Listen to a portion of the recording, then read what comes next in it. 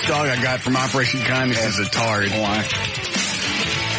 Because I'm getting ready for work, and she's in the bathroom watching me, spinning around in circles. Chasing his tail, or? Yeah, she did that too. Yeah. Spinning around in circles, hits her head on the edge of the door, and staggers around.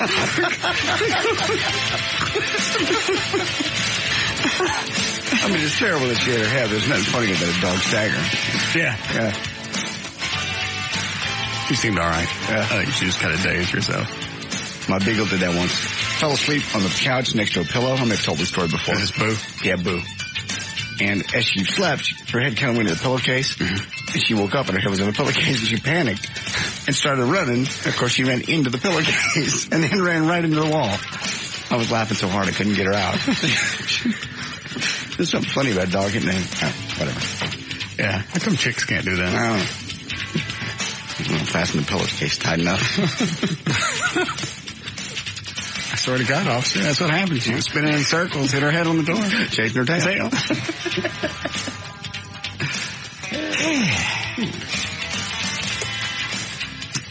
Well, Everett called me. I talked to Everett. I guess it was on the way home last night.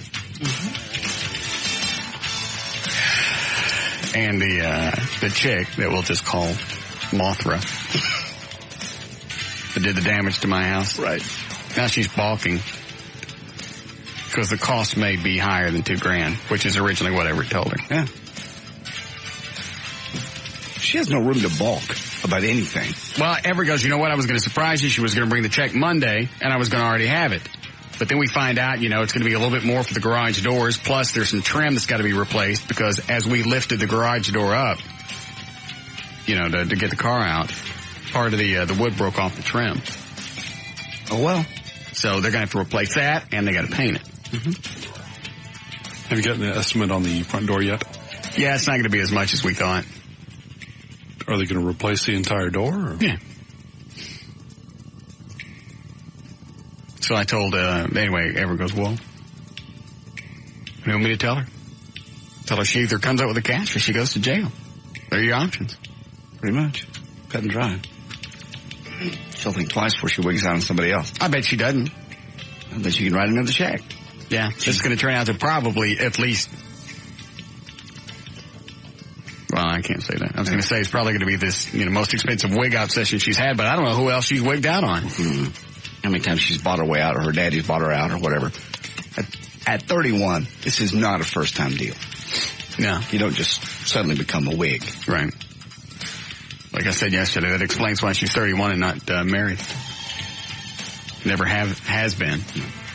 Can't get past the second date. Yeah, I was thinking about it yesterday. We only knew each other a week. Yeah. I've been saying a couple weeks. It wasn't even that much. 2 weekends. Yeah. 7 or 8 days, yeah.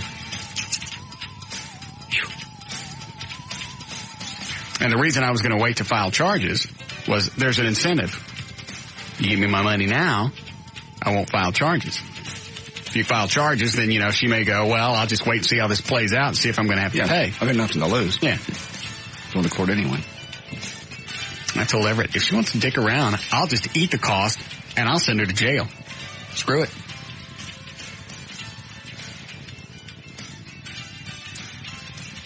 She was probably laughing when she was doing it. Undoubtedly. And her friend calling up yesterday defending her drunk friend. Yeah. She's a nice person. You're letting a good one get by. I seriously doubt that chick really knew her. You think? I don't know. She never said her name. Didn't know what kind of car she drove. Awful passionate about it, though. Maybe she was just drunk. Oh, she absolutely was drunk. And I have a few messages on my cell phone. From? It's a female. Okay. But it's not her. She had your cell phone number, though, right? Mm-hmm. So she's giving it to somebody. I guess. She's probably passing it around to all of her friends. I suppose.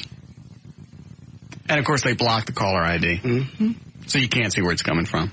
I'd play it for you, but I'm going to have to edit them. I may have one. Hold on a second. Mm-hmm. You're a That's one. Really deep-voiced female. Yeah. Smokes a lot. Must.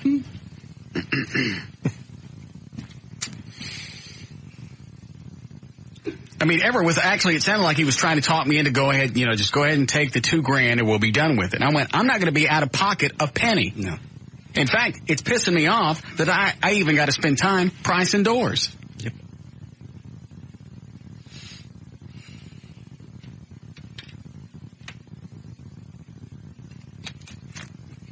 And now I'm starting to get stomach ulcers. Mm-mm. Acid reflux. Mm-hmm. Civil suit. Pain and suffering. Blood in my stool.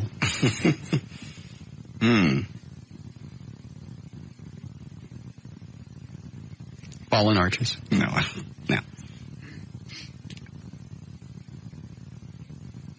Pain and suffering now. If it goes to court, you actually do have it. I'm afraid to go home now. Who knows if she's going to be waiting there. That's right. I should get a restraining order. Mm-hmm. Post-traumatic stress syndrome. You're afraid to go to your own house. I am. I don't know who's going to be waiting. I have to make the block several times to make sure nobody's sitting around watching.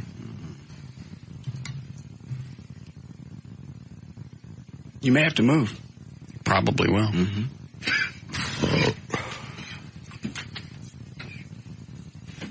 You're a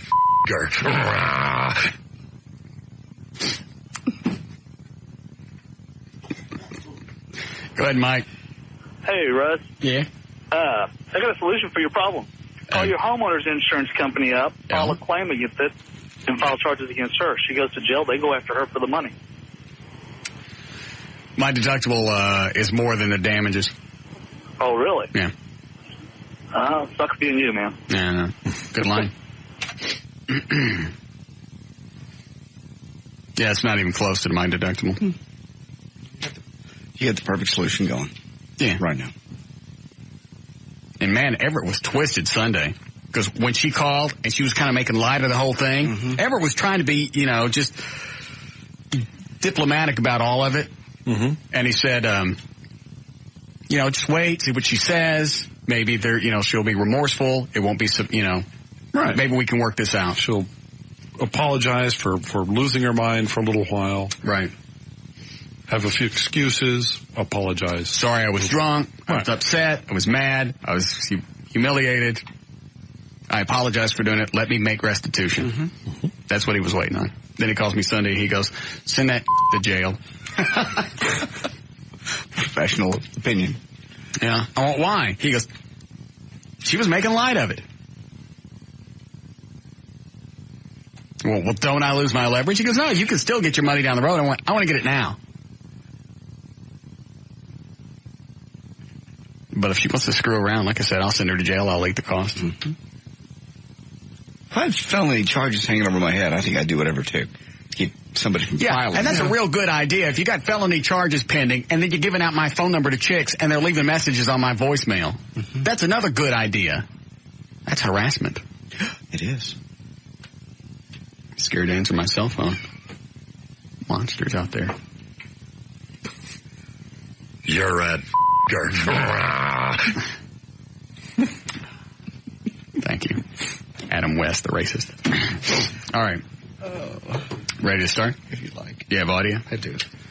Here's two different pieces of audio today. Which one do I put in first? First one will be the one with the label on it. Okay. All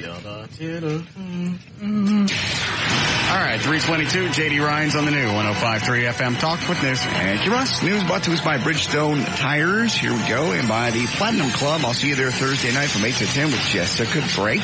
Platinum Club is on Northwest Highway, half mile west of I-35. Thursday, 8 to 10.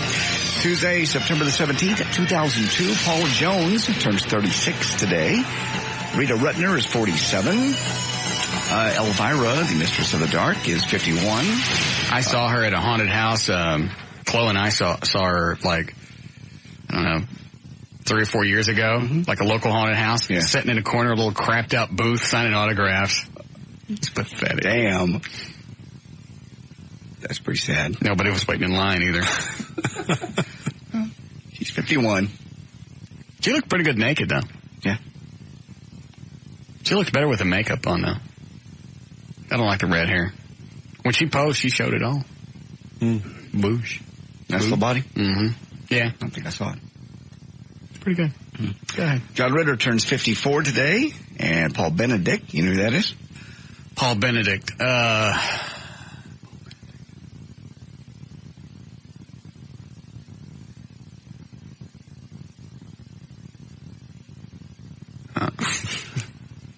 Want to hear? Wait a minute. Paul Benedict.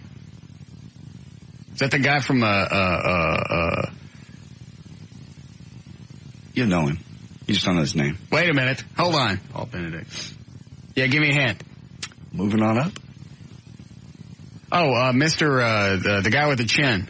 Mr. Bentley. Bentley, very good. Harry Bentley from the Jeffersons is 64 today. I thought he was older than that. Anyway. Iraq agreed yesterday to allow the return of the U.S. nation's weapon inspectors to remove any doubt, quote unquote. Nothing here to see. That it still has weapons of mass destruction in a stunning turnabout of its public position. The White House dismissed the Iraqi offer in a written statement. The Bush administration called the letter, quote, a tactical step by Iraq in hopes of avoiding strong UN Security Council action. Yeah, like you can search the whole country. Come on in, look around. Fuck! You see anything? Nothing here. Get out. No, don't go over there. That's a school. Did it say school on the outside? That's a school. Children learning things. Get out. Critics of People for the Ethical Treatment of Animals pushing for an end to the group's tax-exempt nonprofit status following revelations that the organization gave money to eco-terrorists blamed for the Vail ski resort fire and other acts of violence. Records show that PETA, known for its publicity stunts on behalf of animal rights, have given monetary supports to the Environmental Liberation Front, also known as ELF, which has been blamed for the Vail attack and some other acts. ELF last week admitted to torching the U.S. Forestry Service laboratory in Pennsylvania back in August, and the blaze caused $700,000 in damages and destroyed 70 years of research. 23-year-old man was, this is the audio, by the way, a 23-year-old man was set ablaze Monday morning by his girlfriend in Conroe, Texas, after the couple got into an argument. The incident happened at 7:45 in the morning at the home of Marvin Dion Doc's grandfather. Doc's girlfriend, Latricia Jean Womack, poured gasoline on him and set him on fire inside the home. The gas tank was taken into evidence after fire spread through this house. This is from a Houston TV station. Oh, okay. This gas tank was taken into evidence after fire spread through this house in Conroe, Montgomery County, where the victim lives with his grandfather. Jesse Dock says his grandson's 21-year-old girlfriend, Latricia Womack, came over about 7 this morning, so he let her in, but soon heard screaming coming from his grandson's bedroom, 23-year-old Marvin Dock. Well, I jumped up to open the door to see what was going on, open the door to my bedroom, because the bedroom... Stop it. This is not funny. Someone's gotten burned here. Quit it. Womack came over about 7 this morning, so he let her in, but soon heard screaming coming from his grandson's bedroom, 23-year-old Marvin Dock. Well, I jumped up to open the door to see what was going on, open the door to my bedroom, because the bedroom he was in was right across from mine, and it's a hall in between. I opened the door. Well, then there he was on fire. There's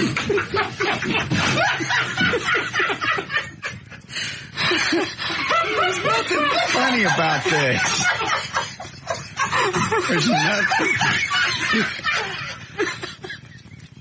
There's nothing funny about this. Paramedics rushed Marvin Dock to the hospital. He's got third degree. You should have saved this for later in the show. Oh, I'm sorry. Now we have nothing good. I can do it again. The couple say on fire. To see what was going on, open the door to my bedroom, because the bedroom he was in was right across from mine, and it's a hall in between. I opened the door. Well, then there he was on fire. Boy. Boy. You on fire. The couple has a young son together. Relatives say Latricia is expecting another child and say the couple argue. Boy, She's pregnant. put yourself out. Who's pregnant? The wife that set or girlfriend set him on fire is pregnant again. They already have one kid and she's pregnant again. And apparently none too pleased about it or something. recently. Yeah, I think it was due to the fact that she felt like he was cheating on her. A friend of Latricia's says she's having a hard time accepting this happened. It shocked me because I'm really just surprised because she was a real quiet, soft-spoken girl. We used to have Bible studies together. Yes, and she would always come over and, just real talk, just about God all the time. But she liked the part about that burning bush. Boy, push yourself out. Get your sheets on. Now, her boyfriend is in critical condition with third-degree burns over much of his body. And sadly, a similar case was in the news recently. This Houston woman's estranged husband was sent... Everybody just set everybody on fire in Houston? Apparently. It's the trend. It's not like they got the cowboys down there. Sentenced to life in prison last month for using gasoline to set her on fire. The reason he gave in court was because she refused to take him back.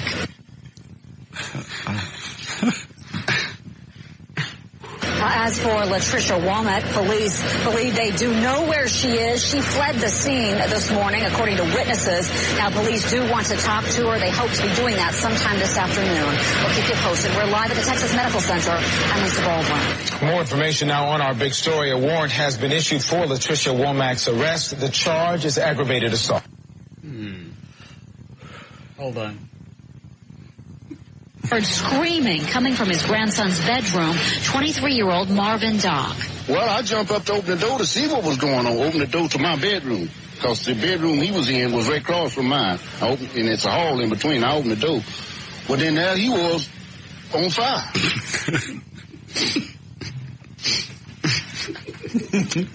There he was on fire. Okay. She snuck in. Went, I'll teach you to get me knocked up. Then run off.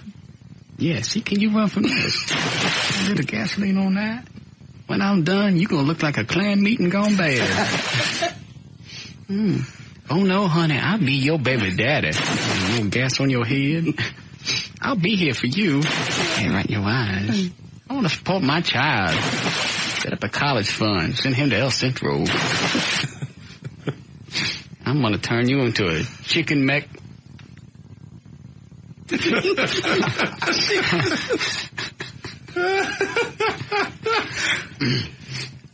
Oh, I get better than that.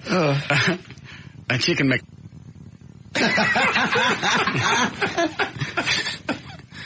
Are you laughing at Mally? You can't hear what I'm saying. Can you? You can't hear what I'm saying. I turned the mic off, didn't I? Oh, you read my lips? Oh, okay.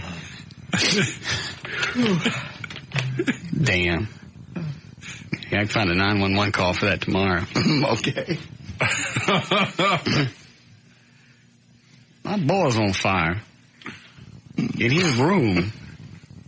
Why can't you do drugs like normal people?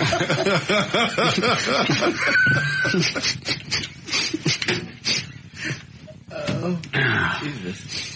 All right, go ahead. City of Dallas ticket amnesty program is in its final days. If you got a ticket, better take care of it. Once it's over, and the roundups and arrests will begin. The program has already hiked the number of outstanding warrants cleared and fines paid. The amnesty is entering its fifth and final week. The overall numbers are still out, but officials feel it has boosted the amount of fines paid by more than $250,000. LaWanda Page, who played the fearsome Bible-toting Aunt Esther Anderson on the 70s television comedy Sanford & Son, has died. She was 81. She died Saturday from complications of diabetes. She began her show business career as a dancer and chorus girl on the club circuit, where she was billed as the Bronze Goddess of Fire. Because she lit Well, then there he was on fire. She lit cigarettes with her fingertips, swallowed fire. You know what? She did that one time on Sanford & Son. This year? They were doing like a talent show, and she did the fire thing. Bronze Goddess. Bronze Goddess of Fire. She touched flaming torches with her body. I like it when Fred Sanford told her one time he was going to stick her face in dough and make gorilla cookies.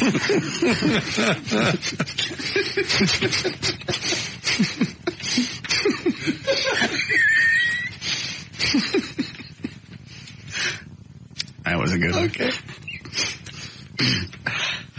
Okay, it's been Angelina Jolie on the movie billboards. Now it's official. The Los Angeles County judge granted a petition by the actress whose legal name was Angelina Jolie Voight to drop her last name on September the 12th. She's been publicly feuding with her daddy, Oscar-winning actor Jon Voight, and in July filed for divorce from actor Billy Bob Thornton after 2 years of marriage. Before Matthew Broderick became Mr. Sarah Jessica Parker, he was actually a killer. You may not remember this, but back in 1987, he was tooling around Northern Ireland in a rented BMW with his then-girlfriend Jennifer Gray when he slammed into another car, killing 30-year-old Anna Gallagher and her 63-year-old mom, Margaret Doherty. And it's a hole in between. I opened the door.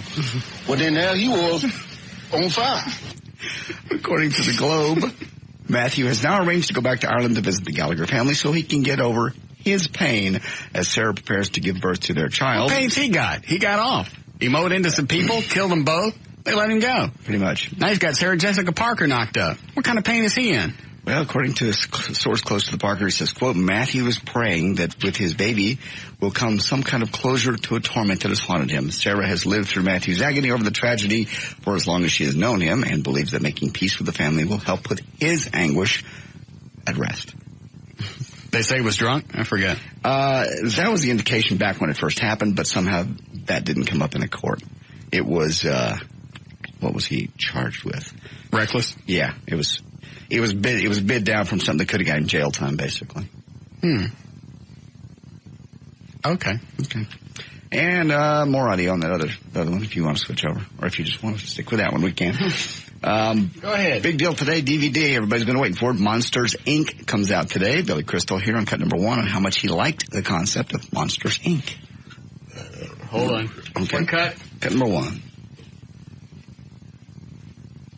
I thought the concept for the story was so extraordinary because I was a scared kid, you know, and I have kids and I have to explain scary stuff to them, and I've always been fascinated by fear and how it motivates us and imagination and stuff. So this story hit on all of those things. I just thought the concept of it was just astounding, and the monsters working in the place. I could just visualize. I could just see it. Cut number 2. Well, then there he was on fire.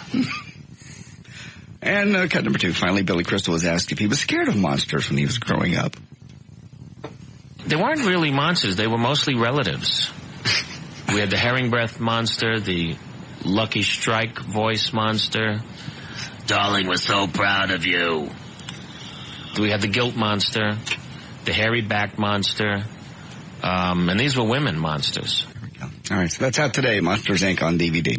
Catch it. There's news and information, and it's brought to us by the Platinum Club. See you there Thursday night, along with Jessica Drake, and I'll be there from 8 to 10. She'll be there all night. Platinum Club is on Northwest Highway, half mile west of I-35. We'll see you there with 105.3 FM. It's the talk that rocks Texas.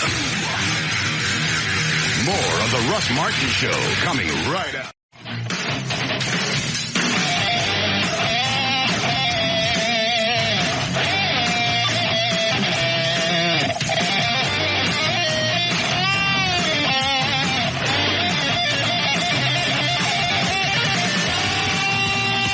All right, check on traffic. Jonathan Dodge and the new 105.3 FM Talks. White Lightning. Why, thank you, Russell. This report brought to you by Bridgestone Tires and Taco Cabana.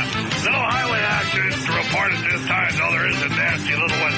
Preston Road at Harvest Hill, just off 635, that accident. And involving an overturned vehicle, and also the ramp from southbound 121 Airport Freeway to southbound 935 is currently closed for construction, but that ought to be opened up again in about 20 minutes. This report brought to you by the Texas Lottery. You don't have to wait for Sunday to enjoy big-time football excitement. All you got to do is play Texas Tailgaters, the new scratch-off game for the Texas Lottery. You can win up to $3,000 playing Texas Tailgaters today. That's traffic. I'm Jonathan Dodge in the new 105.3 FM. White. Thank you, Jonathan. All right, sunny, clear tonight, 72 for the overnight low. Maybe some scattered storms by Thursday. Should be back up near the mid-90s tomorrow. It's kind of cool today. We have 88 degrees at the Talk That Rocks, Texas. The new 105.3 FM Talk. All right, I got had time to edit a couple of the messages. Third one was pretty much the same as these two. Boy, you on fire. He probably said it just like that. Yeah. Boy. Boy, you burning.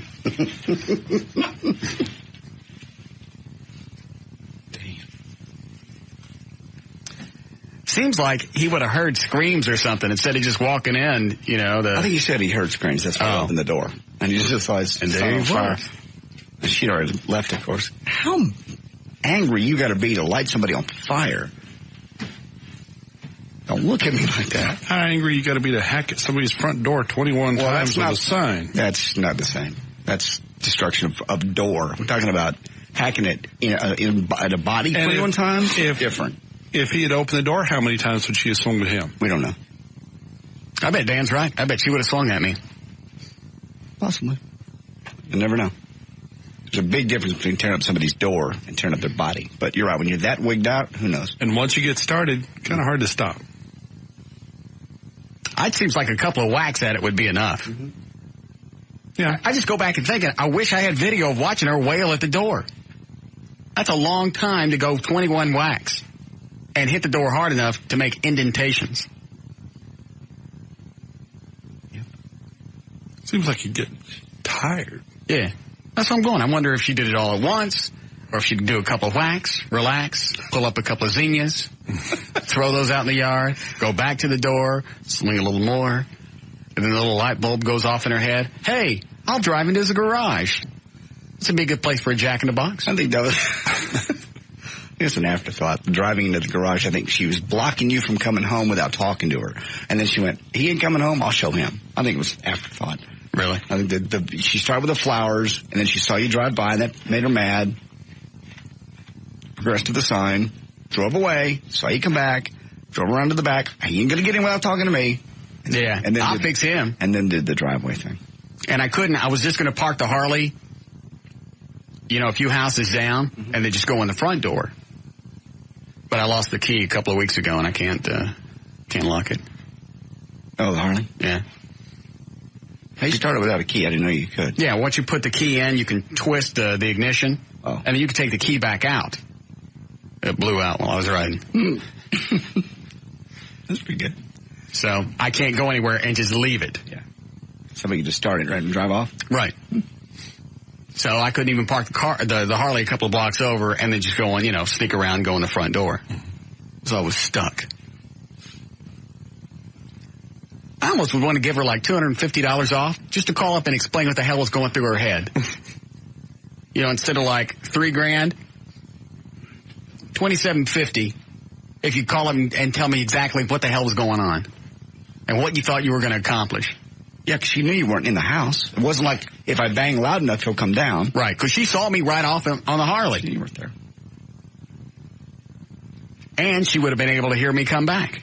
Well, you think you made it worse each time you drove by and didn't stop and she heard you go by or saw you go by that made her just go that much wackier?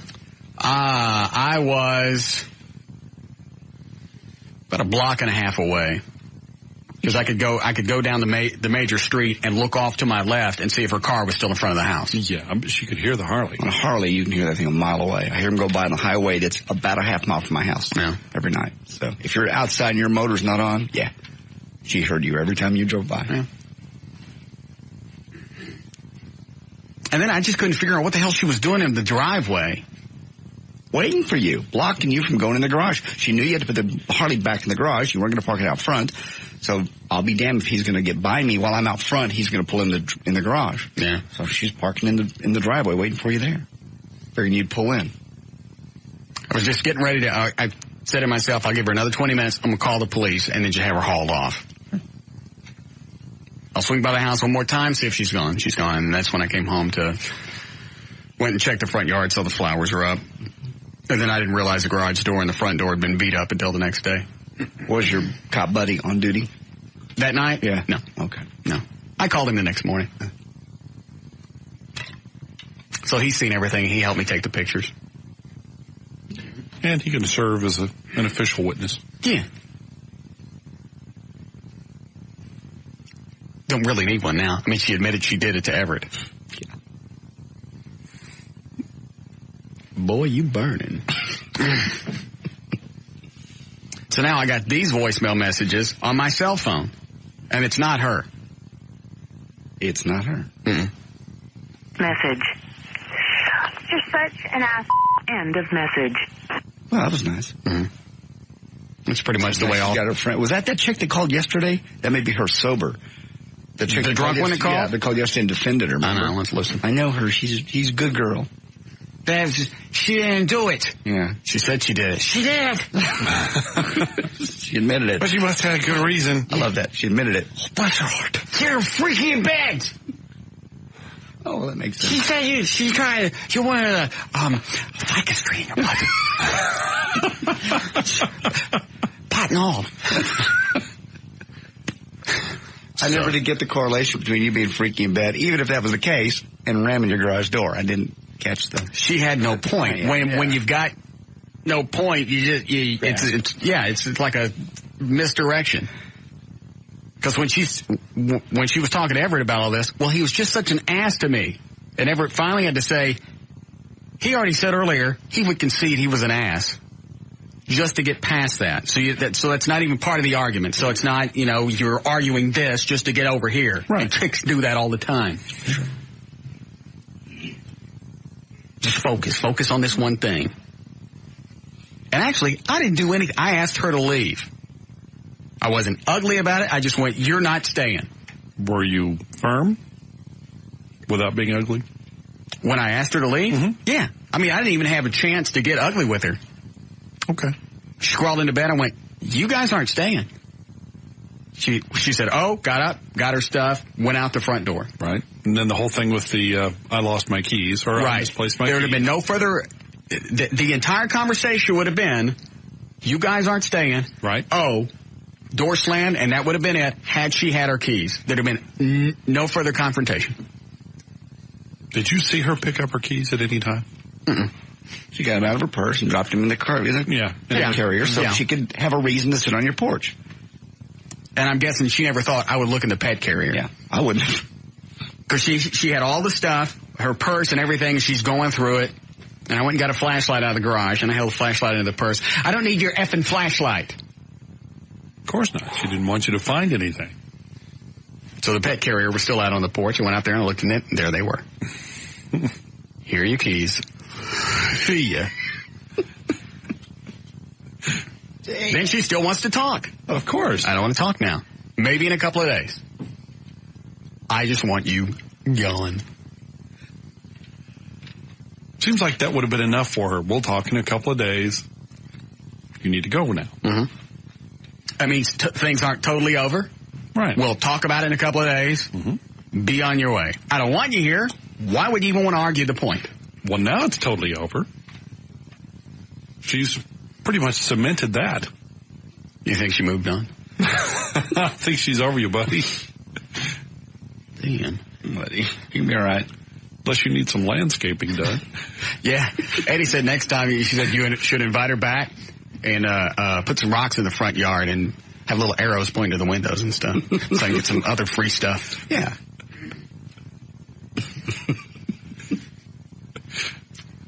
You think this was the drunk chick? Message. You're such an ass. End of message. Yeah. It sounds like her. You're such an ass. You are such a f***ing ass. Yeah. Because who else would that be? I mean, if you say that's not her, I don't know what the chick sounds like. No, it's not the one I went out with. Okay. Mm-hmm. It could be another one of her little cronies. You let that good one get by, buddy. Please. Oh, wait. Can you imagine if we dated for 6 months, if she was able to hide this wigginess? Yes. She was able to hide that for 6 months? Yeah. And then she was like really attached to me? And maybe you had some sort of emotional attachment and she was able to bend that and twist it around? Oh, no. And there he was, on fire. Yeah. She would have been moved in within the first 2 to 3 months. She would have tried. Yeah. I mean, if she camped out all weekend, just because I said Friday night, it's going to be late, we're going to have dinner, grab your dog, bring the carrier, he could stay at the house if you guys don't want to drive back home Friday night. How that turned into all weekend, I don't know. Well, in her mind, that is an all weekend thing. I might as well just stay all weekend rather than drive back. Wouldn't you normally ask? A guy would just say, "Ooh, can I stay all weekend?" But a chick, no. They just assume we're going to go out Friday. We're going to go out Saturday. He invited me to bring my dog. That means he wants me to be there. I'll just stay. It's chick logic. He wants me to be here. I'll stay. You would have thought me going out and doing my regular Saturday stuff. Mm-hmm. Excuse me. My regular Saturday stuff should have gotten a hint. Well, I think Friday you were unable to perform, right? To finish. Why you want to say it like that? I got tired. I got up Saturday morning. I finished it. Oh, okay. So you gave it to her Saturday morning. Really good, I might add. Okay. She hollered and stuff. She did. She ain't good. No. She what? Mm-mm. Even with the hollering and stuff? No. Hollering sometimes can be distracting. I like a little bit of noise, but hollering? Maybe it was the donkey punch in the back of the head. Maybe that's why she was hollering. Could have been it, yeah. Nah, she wasn't into much of anything. Oh, well, she just kind of just lay there and let you do whatever? Yeah. And anytime I wanted my peppy touched, I had to push her hand down there. Oh, yeah, you are freaky. Yeah. That's why I couldn't figure out what that chick was talking about yesterday when she called in. You asked her to do a bunch of freaky stuff. Like, actually move. Yeah. But every time I had to push my hand down there, and it's like on top of the shorts. No, all the good stuff's underneath. You go in there and you keep going. Then she was like grabbed a hold of my sack like she was kneading dough. It's like, ouch! I mean,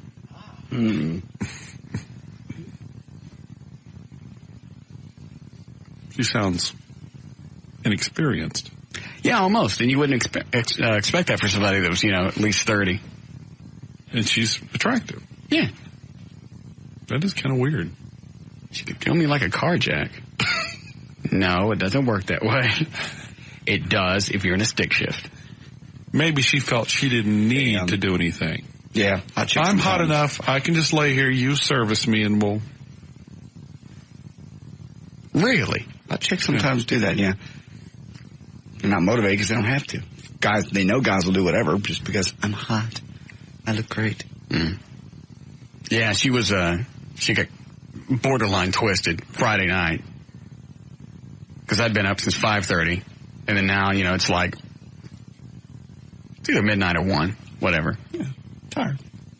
And after about 20 minutes, finally I went, is it me?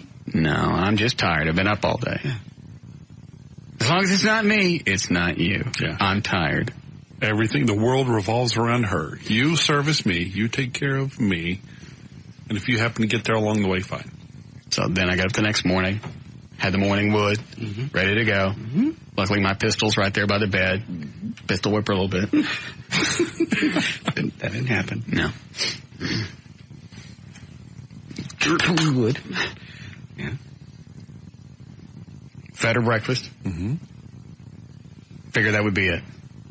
See, then you ignored her the rest of the day. I had stuff to do. I even told her that. I'm betting the reason she was catty on Saturday night, why she was rude to everyone, is because she felt neglected throughout the day because you didn't spend every waking moment at her disposal. Mm.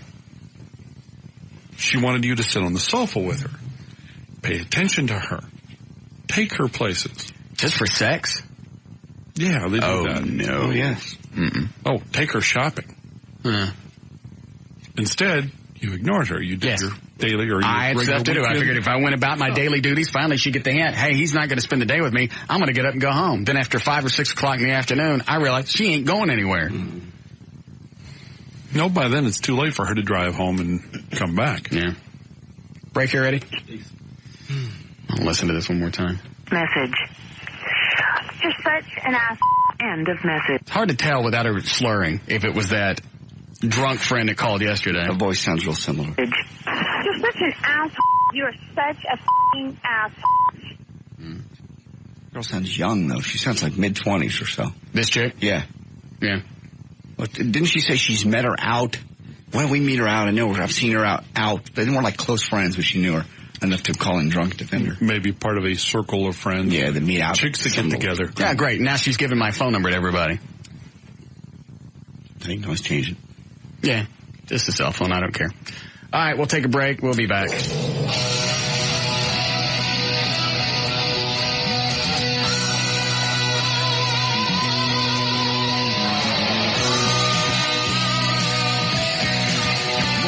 Russ Martin Show coming right up.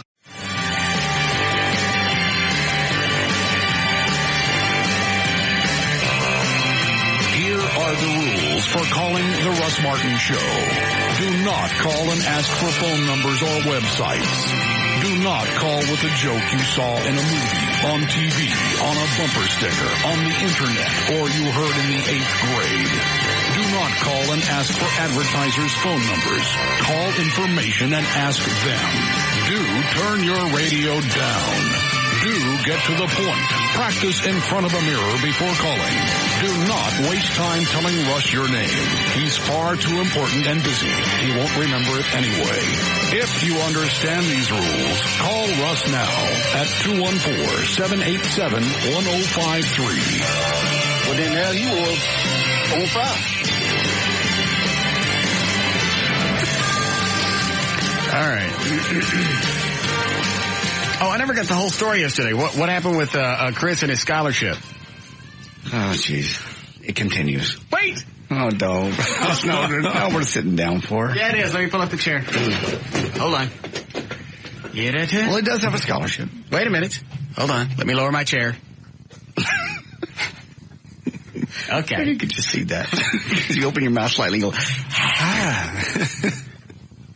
All right, go ahead. Anyway, he does have a scholarship, and it has been reinstated. The reason it was dropped is for non-payment of the $1,000 we talked about.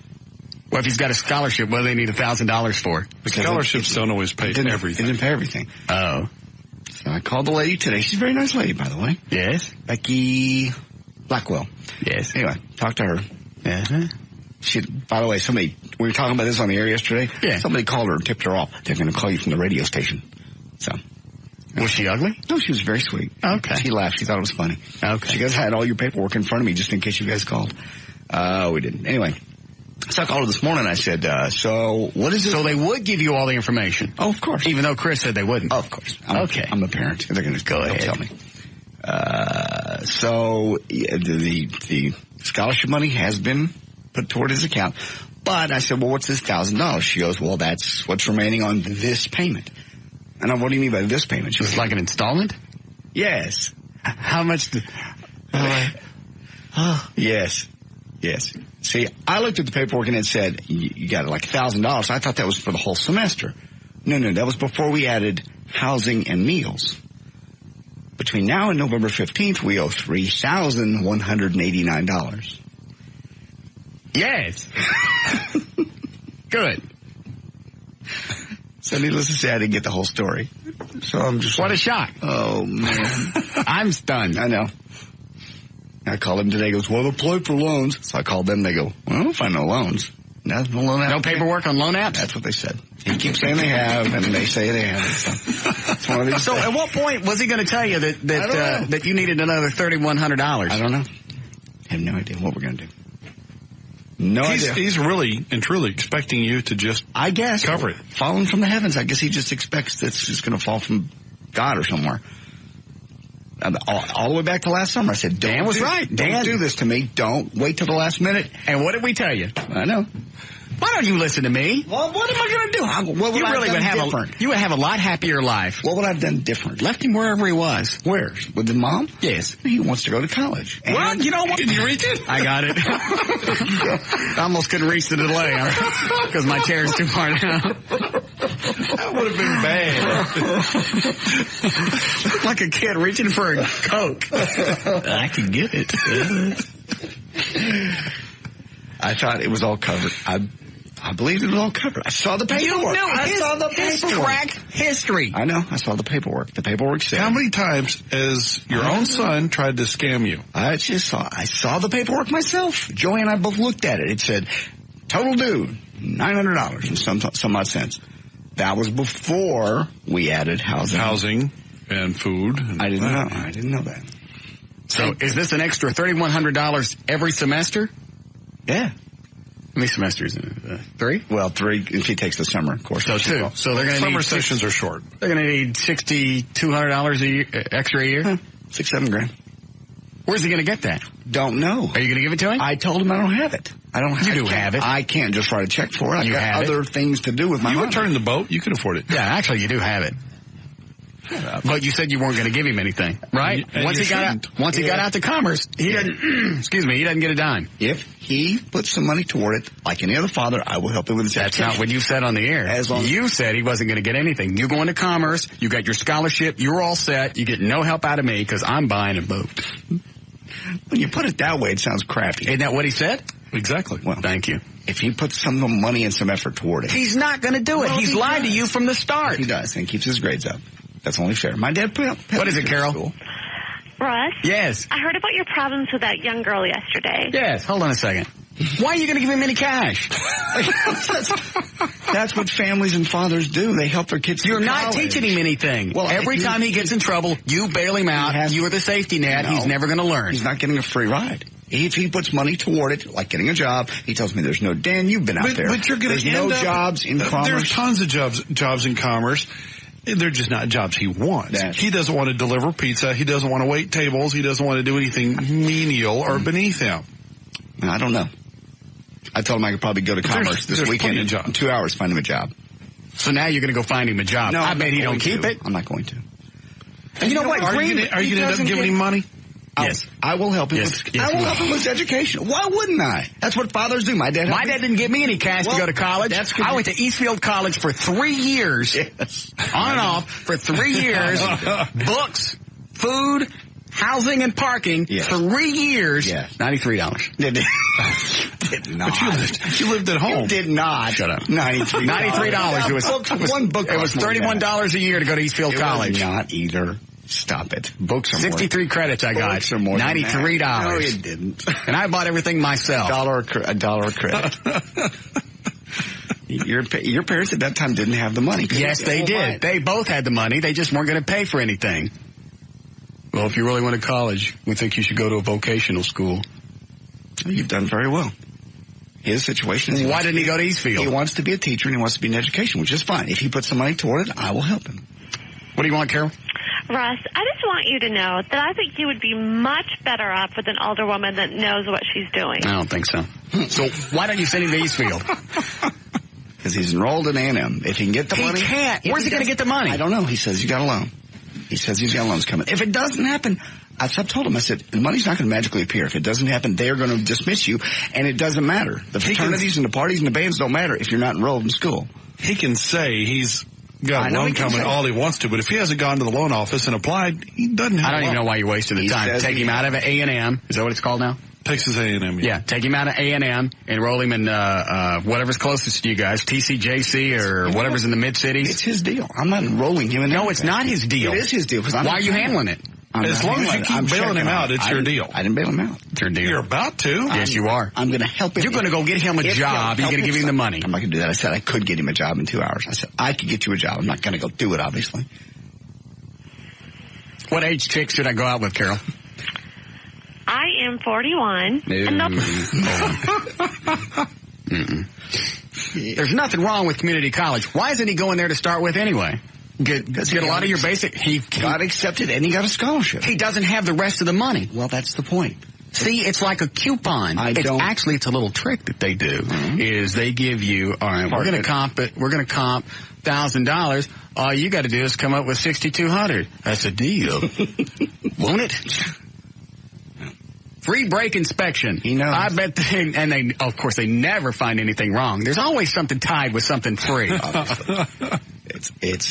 I think I told you when you Especially first said you got scholarships that if you got a band scholarship, from my experience, because I had them too, they're only about 20 to 25% of your education. They're all partial scholarships. And where did you think? Hold on. And do you have any kids? No. Do you work out? Yes. Did you want to go out with me? I would love to go out with you. Why don't you date anybody your own age? That's gross. Have you ever been married? No. You also need a woman that's intelligent and worldly. And you know what? Well, this last chick I went out with was 31. Isn't that old enough?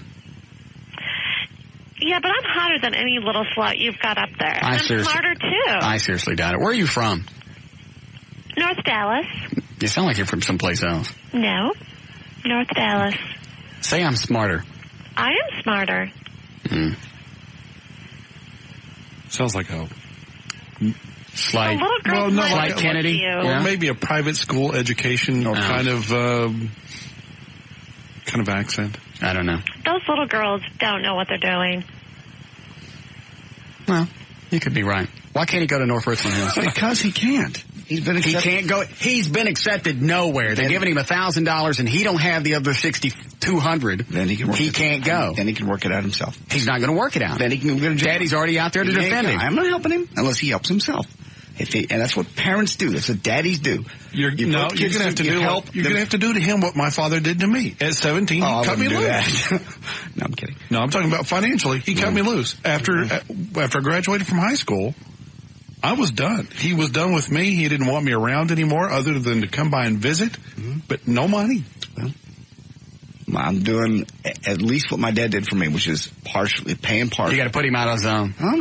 Don't give him anything. I have nothing. Do like my dad did to me. What is this? I got nothing. Well, I'm sorry. Even that give a show projector when I was a kid. I wanted that. I got nothing. You don't need that. Jesus is coming. But Daddy, I want to give a show projector.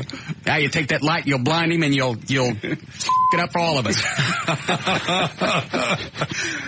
have the rapture if Jesus is blind. Yeah. Well, Jesus would have come today, but old head over here is trying to give a show projector in his eyes, so now he ain't coming. Everybody out of the pool. You got to stop bailing him out. I'm not bailing him out. JD, you bailed him out every time. No, I haven't. Yes, you have. Name once. What?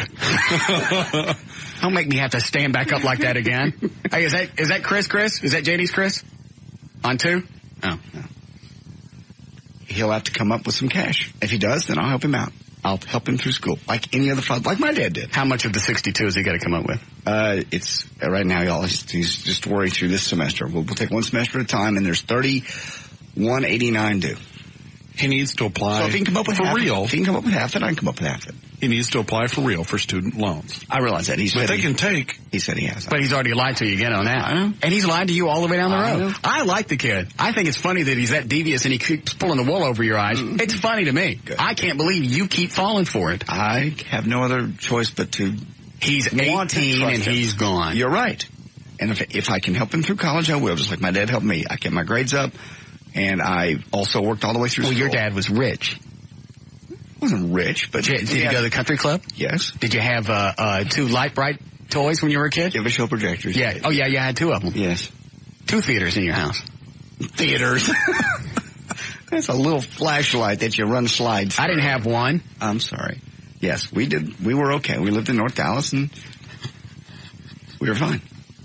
And my dad helped me, but he didn't give me all the money to go through college. Nor I paid for my own pilot's license when I was 17. Wow. Well, it was a lot of money. License to fly a plane? It was a lot of cash. Eddie, quick, catch me.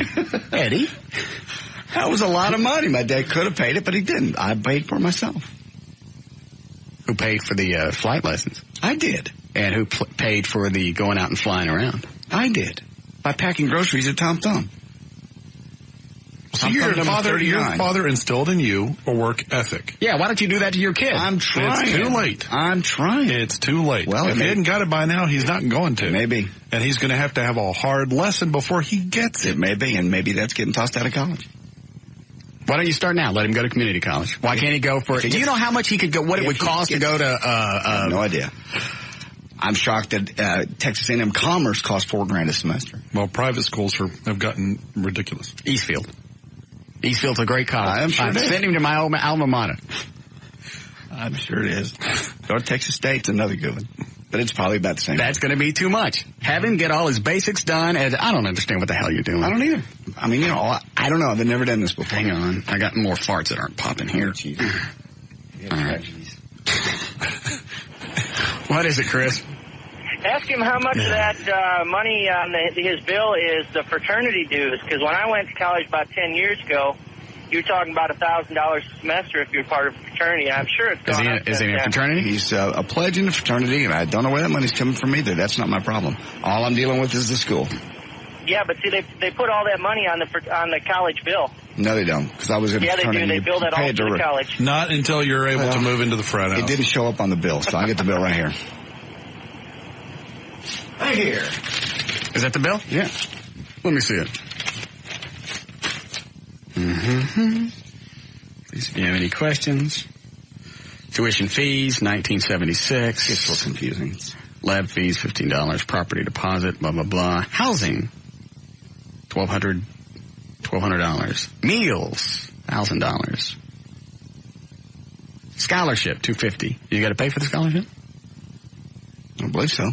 The scholarship, $250. Oh, that's credits. Mm-hmm. Yeah, there's the $1,000 over on the far right, the credits. Okay. Anyway. Just take him out of school. What's the matter with you? I didn't put him in school. He put himself in. Do you really not see this? I can see it, but what do you want me to do? I'm not going to just... I don't know. I can get him out of school. I didn't put him in school. He's on his own. Then let him stay on his own. I will. Put himself in this situation. Let him solve it. If he puts forth some effort, then I will help him. If he does not, then he'll be out. He'll put forth just enough effort to get you to fork over some cash, and then he'll stop. Halfway. And he's going to get half the cash, and then he's going to blow it all on toot, and then he's got no college, and he's got no money. Smack. Smack's next. Yeah. In case you can't get the toot. Who knows what you can get out in commerce? They probably go out there and smoke milkweed. Yeah. Yes? I won't even ask. We'll be back. It's a doper. More of the Russ Martin Show coming right up.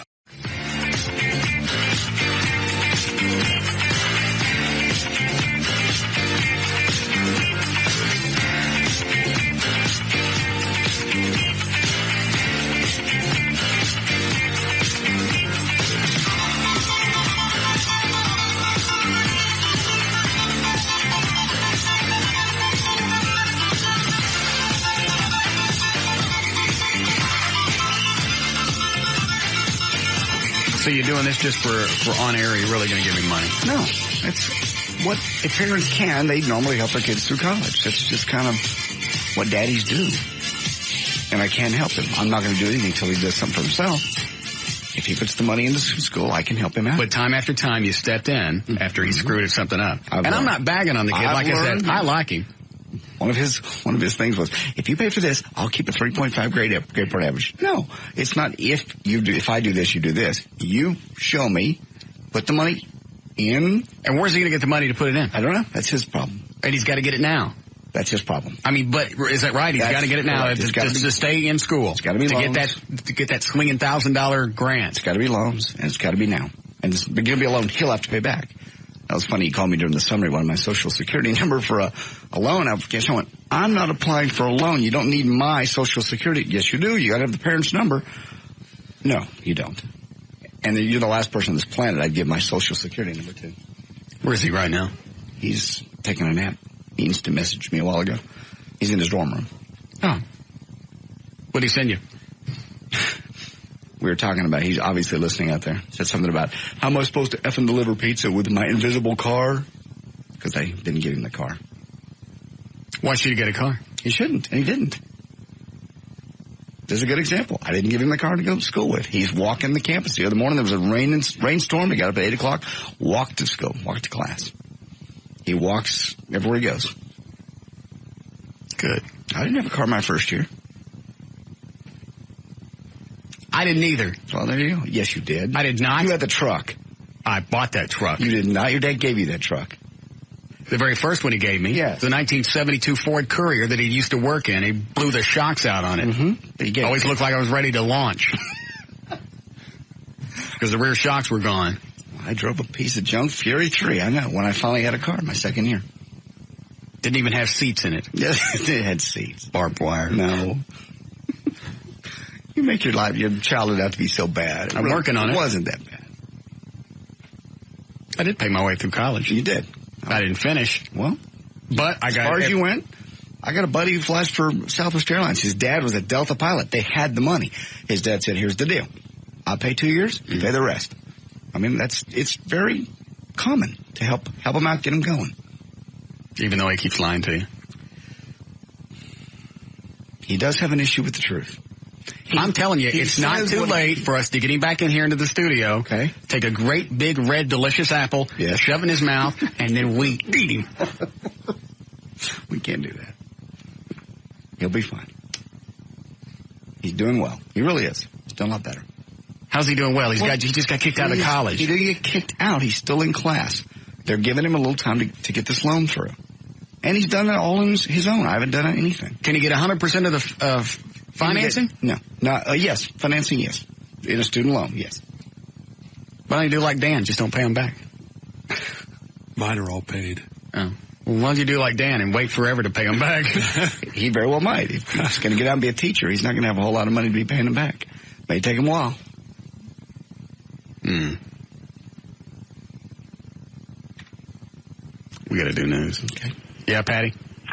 Hey, I just wanted to say that, I know that JD's kid has obviously done some things in the past. I don't know all of the things that he's done through his childhood. He's on toot? He's not on toot. Well, but you know what, though? We all did that. And he's, I didn't. It's his kid. And no matter what your child does, you're going to do what you have to do for your kid. And I think, and I'm not saying this to be ugly. Yes, you are. No. It sounds ugly already. Anytime somebody starts a sentence with, hey, no offense, it's not going to be a compliment. I'm just saying that you don't have children, and so you don't know what that love feels like to have children. He still needs to be taught a lesson. He's done this over and over again. He's growing up. My parents did not give me everything. They didn't do everything for me. I learned the lesson. I had to go to work at 16. I had to get my own. Who's on the hotline, O'Malley? I 100% believe in that. But Dougal. Who's on the hotline? You got to do for your kids. I mean, you can't look in those eyes. Mouth it. No, I can't. Tell me on the intercom. Okay, you have a good point. You're right. He should help him. Bye. I'll just pick it up and see who it is. Hello? Hello? Hello? Yes, who is this? Russ? Yes? It's Nina. Hi, Nina. Well, did you know that Dan called me and asked me to talk to you? Hold on just a second. You big... What? I have to turn the mics off to say this. I'm going to hit the delay just in case. That was nasty. That's $1. And you're calling... Okay. You're... It's not just about this. You're having... Excuse me a second. I'll talk to the Nina. Nina? Yes, Russ. The lovely Nina Atwood, a psychotherapist. Yeah. And part-time psycho. What is it? What exactly was it that Dan told you? Well, I understand you're having some relationship problems. Hold on just a second. Hey, Dan?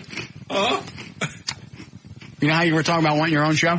Why don't you start right now?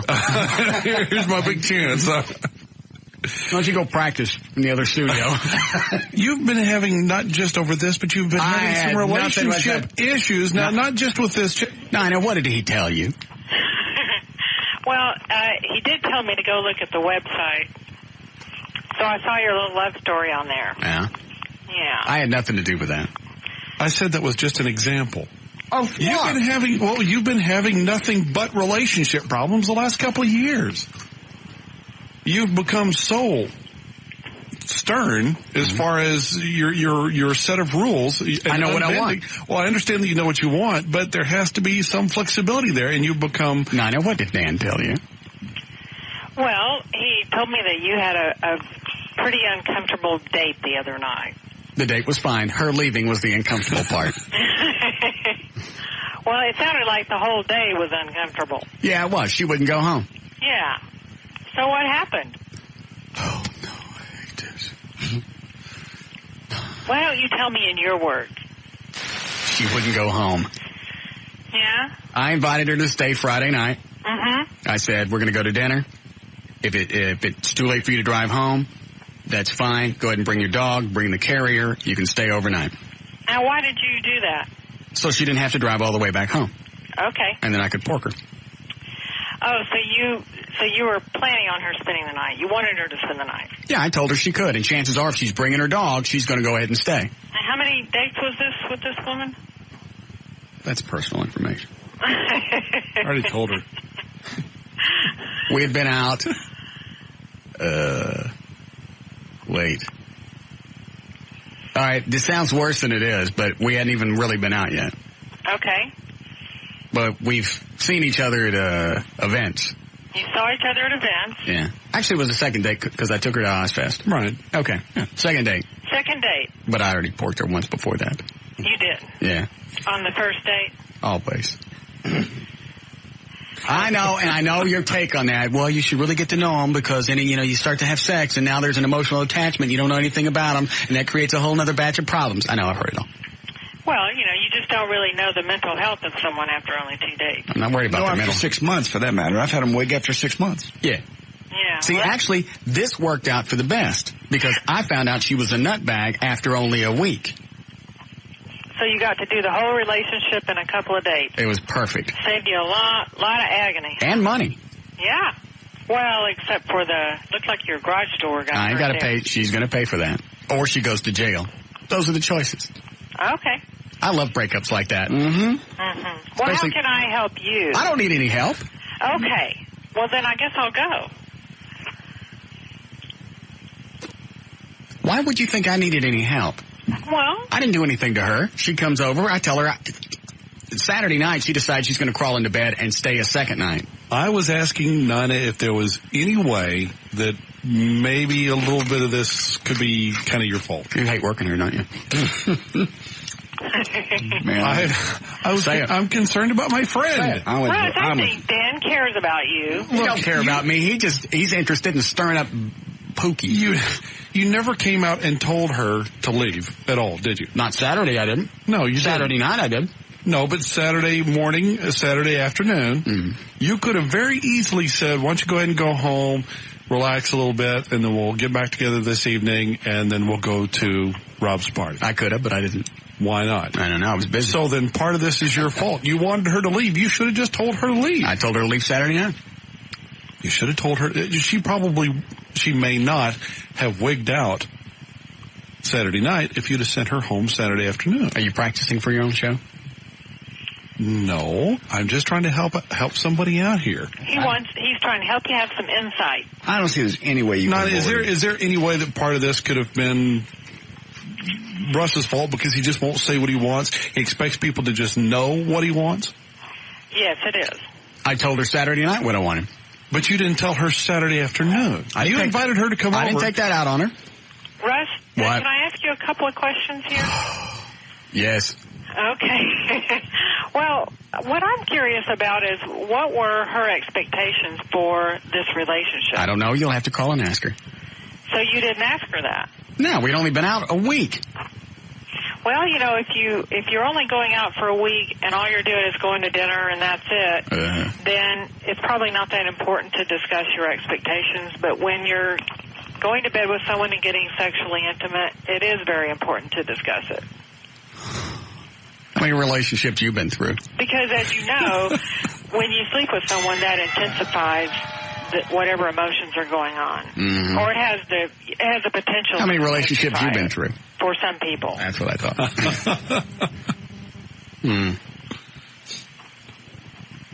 All your relationships been perfect? Oh, no, they haven't. But I think what I try to do and what Dan is talking about is trying to learn from these experiences so that you can... I've learned from the experience. I'm not taking her out again. But that's sort of a one-at-a-time learning, but what about learning for the big picture of your life? Because what you really want to ask yourself when these things happen is... Now, you know why I don't talk to her that much. In a way, I think you have learned in the big picture. You don't have one or two ex-wives behind you. Yeah. About what's happening. I ain't never been divorced. So in a way, he really has kind of learned. Well, you've never been in a relationship long enough to get married. That's not true. I've been in plenty of relationships. Good ones. With decent, healthy people. Not my fault they turned weird. No. Well, in your own words, what's the common denominator in all of your weird relationships? Do you not even want to get paid through the end of the month? Seriously. Russ, are you feeling defensive about this? No, I can't believe he would call and go, is there any way that this could have been Russ's fault? Even if I had had her in the house all day and bitched at her all day, there was no reason for her to leave, beat my door in, yank my flowers up, and ram her car into my garage door. How do you twist that and make that my fault? Well, now, Russ, let me tell you the facts of that, and that is, first of all, her behavior is way out of proportion to the significance of the relationship. Yes, I would think so after 7 days. Yes. Right, so that tells you obviously you've been to the good college. Well, you know, it just tells you, though, that you tangoed with somebody who was off balance when you met her. And it's perfect that I found out now, as opposed to 6 months down the road, if I got emotionally attached to her, because then she would have left and I went, well, all right, how do I fix this? Now, I don't care. Right. So, and the good side of this is that you did find out some things very quickly that might have taken a lot of time and agony to find out later, but then the downside is you took a significant risk with your well-being. I mean, this woman was way off balance. We all take those risks. Don't you have somebody to counsel right now? I'm counseling you. But I'm not paying. People pay you? They still pay you? You really are feeling defensive. But I want you to know, Russ, that you are not responsible for her behavior in the sense that you I understand that. That's why she's paying me for the damages. Right. If I was responsible, I would eat the cost. Right. You didn't make her make those choices. No. She made those choices. That's right. Right. But what Dan's talking about is, do you have a role in what happened? And, you know, in relationships, it's always the case that we have a role in what happens. Meaning that the room's starting to spin. All make certain choices individually that can set us up in a Unfortunately, I'd way like to jump on you on this one, but I can't. I don't see any point. All right, you're right. I give up. Now what? You threw her off. You're right. I give up. Yeah, so if... I was wrong. Well, not that you were wrong. But yes, I was. I take all responsibility. See, I think that's one of the things that you do. Is no you pleasing either take you. none or all. And it's never that case. There's a joint responsibility. Quickly, let's play through it. What should I have done differently? Well, I think the first thing is looking at what your intentions are. I wanted to have some sex. Right. Okay. And what did you communicate to her? I want to have some sex. So she was absolutely clear that that's all you were interested in. Having sex. Right. Yeah, we never talked about the future. What are you going to talk about the future in a week? So, but what I mean is, was she clear that that's all you were interested in? I didn't specifically say to her, I will pound you now, and I have no further interest in you after I have completed my pounding. Right. No, I never had that conversation. Right. So, are you telling me in the future I should look at a chick and go, I will now pound you, and once the pounding has commensurated, if I might be so bold. You might. Once I've exhausted my pounding stage, I will no longer be interested in seeing you. Are you telling me I should tell him that? Well, because I'm not going to get sex if I start doing that. There are definitely classier ways to say it than that. But yeah, in a nutshell, that's what you should do. So I'm going to tell him up front, I'm just looking for a physical relationship. What you tell them is, you tell them up front, I have no idea if this is ever going to go anywhere. On the first date you say this? Well, the first time in the sack. No, once you have chemistry. Obviously, there's some women you go out with that you don't want to go to bed with. Mm-hmm. So it's the women that you know you want to go to bed with. You see their chemistry, and you just let them know what your intentions are. Did you actually graduate college? Did you? Don't make me ask you that question. I didn't graduate. Yes, I did, and I learned a few things. I ain't taking responsibility for this. No, not in the sense that you didn't make her do what she did, but in the sense that if you want to take better care of yourself and have healthier relationships, then you want to look at what your role was. And that's what's useful about it. It's not to blame yourself, and it's not even necessarily... I don't do that anymore. And my patience level has dropped dramatically. I've seen the past. I've seen the telltale signs. If they crop up now, I terminate the relationship. Mm-hmm. Isn't that a healthy way to approach this? Well, yeah, but it sounds like that. I'm not sure that you really understand what it is that you're looking for or how to go about it. So I'll know when it comes along. Well, that's always the case. I think most people don't completely know what they want until they meet someone that fills what it is that they need. I'll give you $4 to hang up. But there are definitely smarter ways to date that would not put you at such risk. $6.50. Well, you know what? This is the first time violence has ever come into play, or at least it has in 10 years. Well, that's not what I remember. Hold on just a second. What do you remember? You're off the air right now. What is it you remember? What?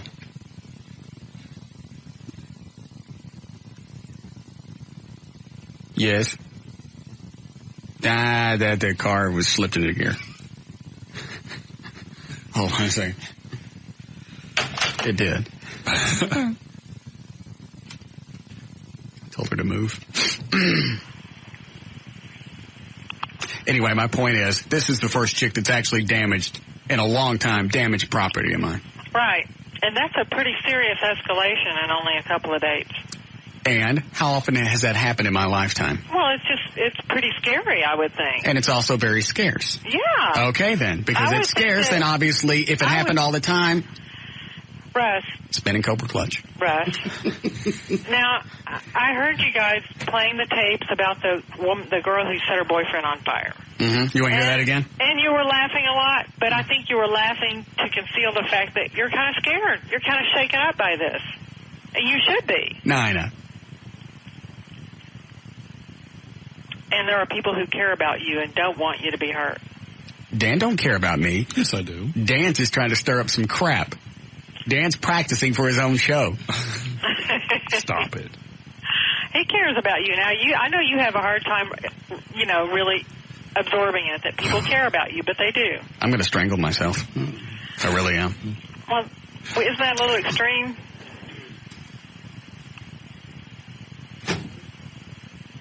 Okay, you're right. I'll reevaluate my life. See, that's your way of ending something. I just said, you're right. Yeah, I've conceded. I give in. I have nothing left to offer. But you don't really. You don't really concede. You don't really give in. You're just doing it to shut people up. Mm-hmm. He knows you. But it doesn't resolve anything. Yeah. It gets her off the phone. The issue is still there. This issue doesn't come up that often, so I'm not worried about this. If every chick I went out with nutted out and tore up my house, then I would say, you know what? Obviously I'm doing something wrong. But it doesn't happen every time. Relationships have ended for different reasons. One chick wanted to get married. Another chick wanted a kid. Another chick was afraid how her kid would react to me. They didn't all end because I was a nut. No, we know that, but it's just pretty scary that this one was so extreme. Right. And sometimes... I believe you have a nut on hold. Well, sometimes in our lives things go to an extreme to try to show us something so that we can stop and really take stock of things. I'll plug your website if you click over in that other line. They went away, Russ. Is it still Singles Coach? It is. There. Plugged your website. SinglesCoach.com? Yes. Well, thank you for that. I appreciate that. Still have your books for sale? But, Russ, what's even more important to me is to know which book was it that you were a chapter of? Yeah, which book was it that used part of my relationship? That was Be Your Own Dating Service. I thought that was the first. Or maybe it was the second one. It was the second one because I was actually having an argument one time and Nina was on the phone and she heard me screaming at the other chick. And Nina goes, this could possibly be part of your problem. And I'm screaming at Nina, and I'm screaming at Julie, and I'm going back and forth, and Nina's screaming at me. I went, shut up! One bitch at a time! And then finally she goes, you want to shut up and learn something? You want to keep talking? Mm-hmm. So I kept talking. Mm-hmm. Mm-hmm. It's hard to listen when listening to the people who care about you is causing you to have to think about things in a different way.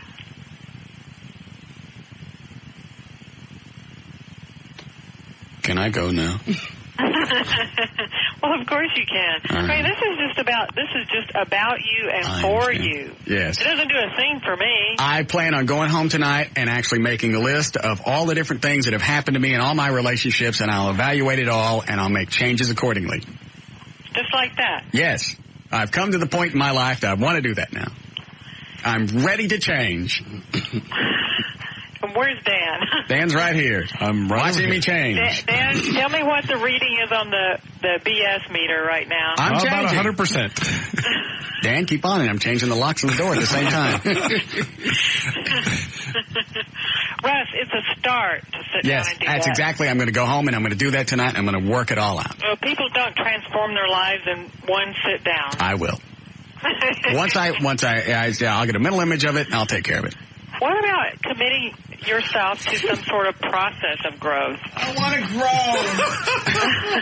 I just want to get off the phone. And I know if I hang up, you'll call me at the house. That's right, because you gave me your number. So see there, you're cooked. You might as well handle it now. I want to handle it now. All right. Then call him tonight at the house and help him work through it.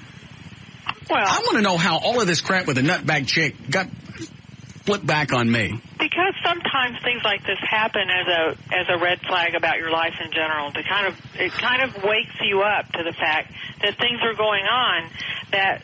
What you say. It just reinforces the fact that most chicks have different levels of wigdom, and this chick's her threshold for wigdom was very low. That's true. But that's not the only lesson here, is it? No, I should have let her in and popped a cuff in her ass.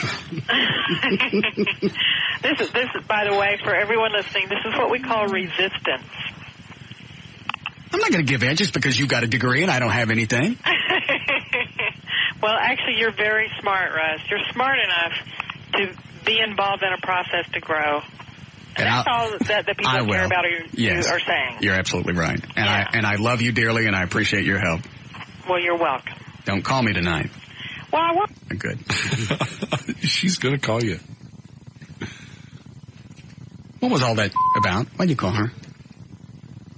I called her. You just were jacking around. This whole thing jacking around. It shook you up a little bit. Jacking around. I just want to talk to her about it. I'm going to whip you on this until you say you were jacking around. I was jacking around. I know it. You couldn't care less, right? No, I care very much. The larger issue is not this 7'8" wig chick. The larger issue is being 41, 42 with never having been married. And never. The Dan and JD show. No, it's not Dan and JD show. I'm being serious. Well, my concern is not you guys' new show. That's what you can call it. Dan and JD. JD and Dan. I'm just being serious. Lewis and Ryan. Ryan and Lewis. I'm just being serious with you. What? The larger issue is there are people that would look just on paper at 41-year-old man who's never. Well, you've come close to marriage a couple times. Never been married. That's to your benefit. You also don't have a divorce behind you. I'm not pointing fingers. Why is it I have a feeling this is going to turn back on me, It doesn't turn back on I you. Smell ugly coming. No. 42-year-old man with a big house and 2 chihuahuas. Okay.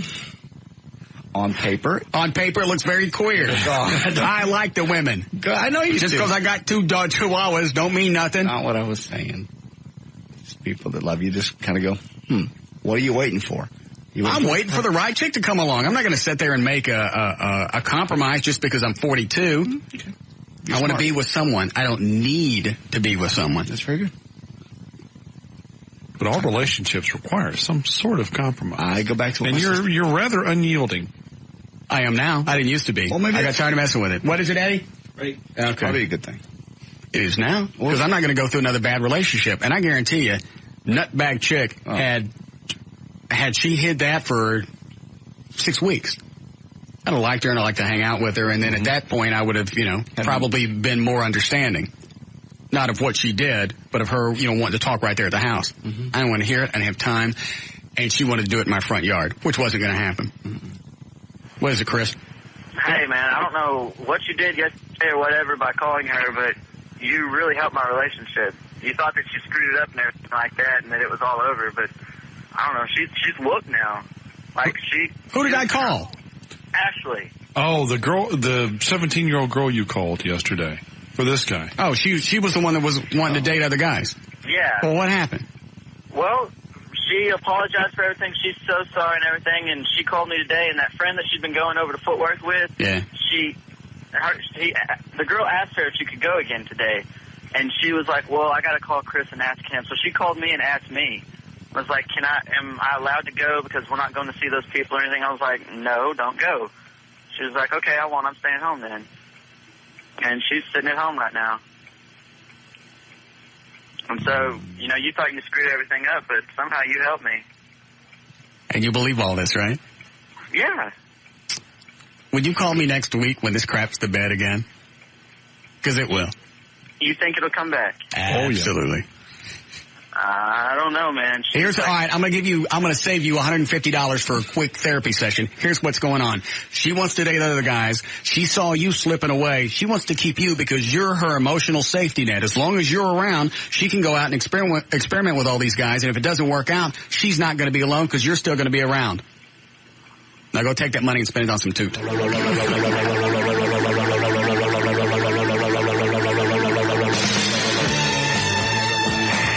of the Russ Martin Show coming right up.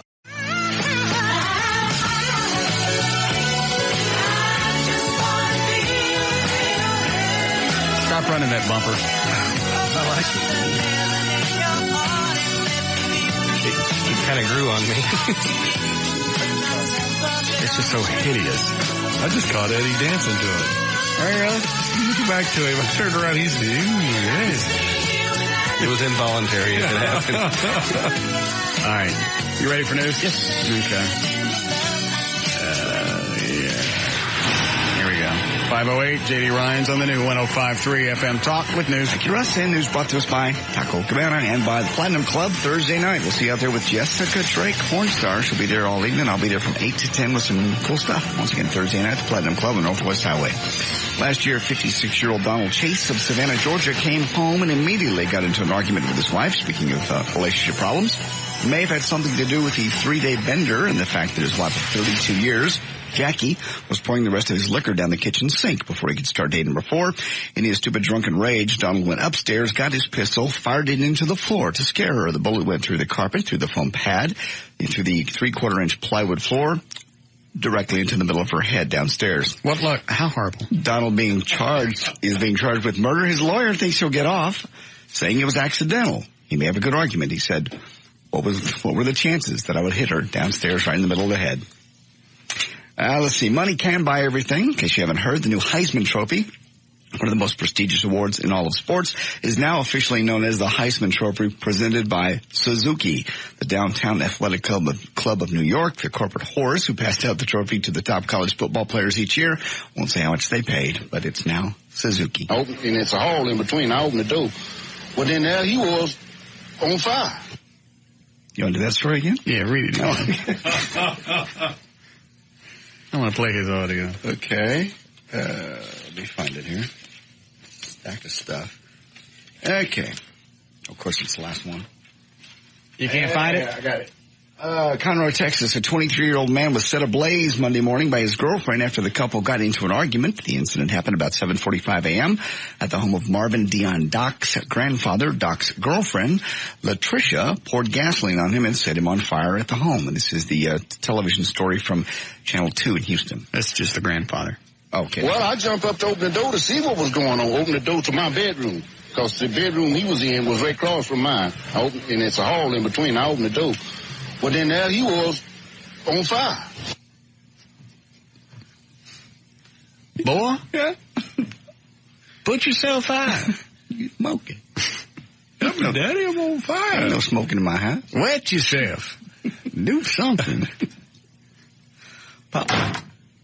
And get off that girl. According to the trusty old what? No. It's not funny. Okay, the Farmer's Almanac, which is now in its 211th year of publication, the average American tells, how many lies do you think the average American tells a day? This is according to the Farmer's Almanac.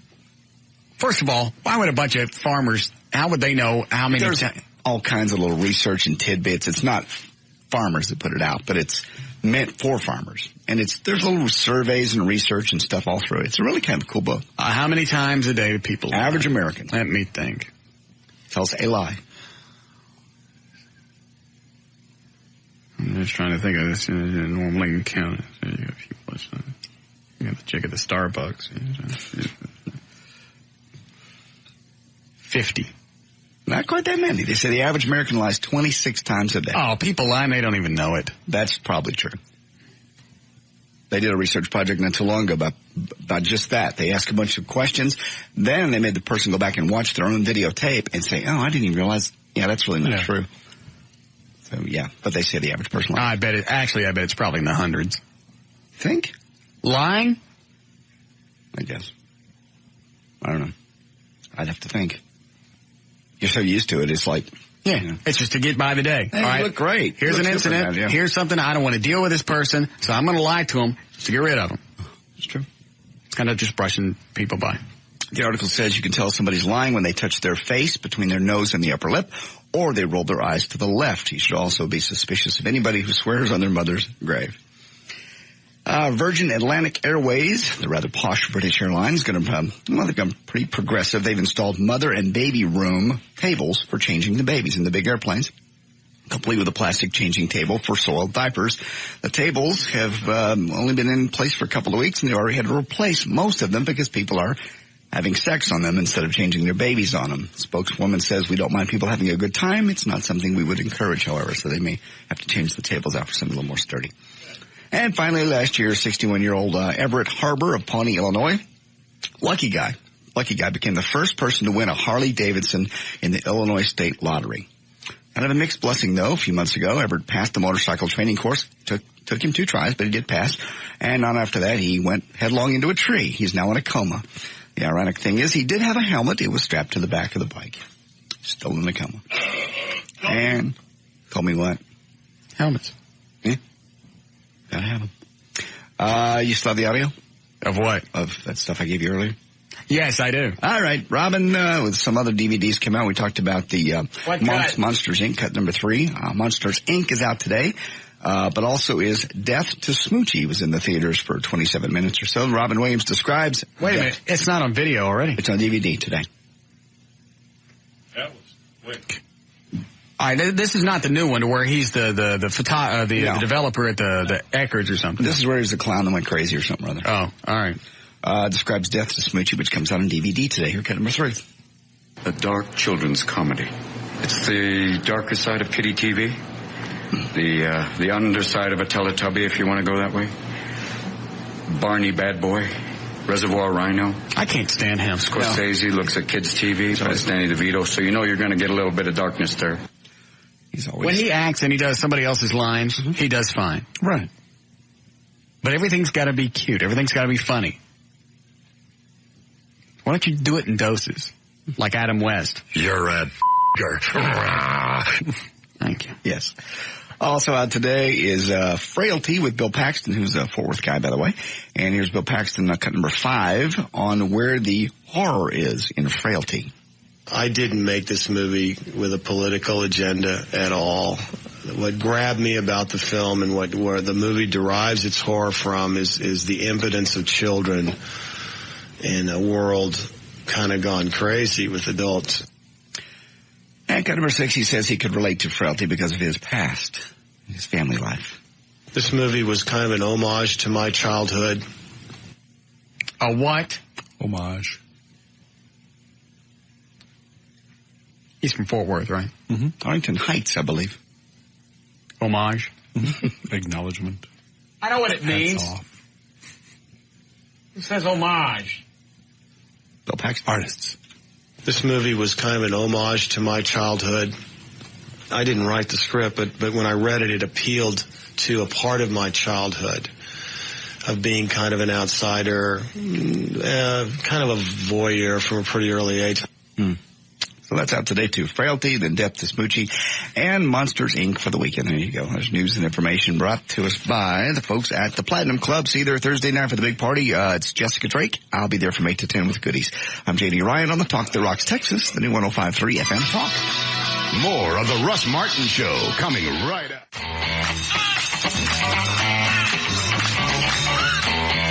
And now, back to the Russ Martin Show with J.D. Ryan, producer Dan Lewis, associate producer Eddie Boyd, and Jonathan Dodge in the new 105.3 FM Talk White Lightning.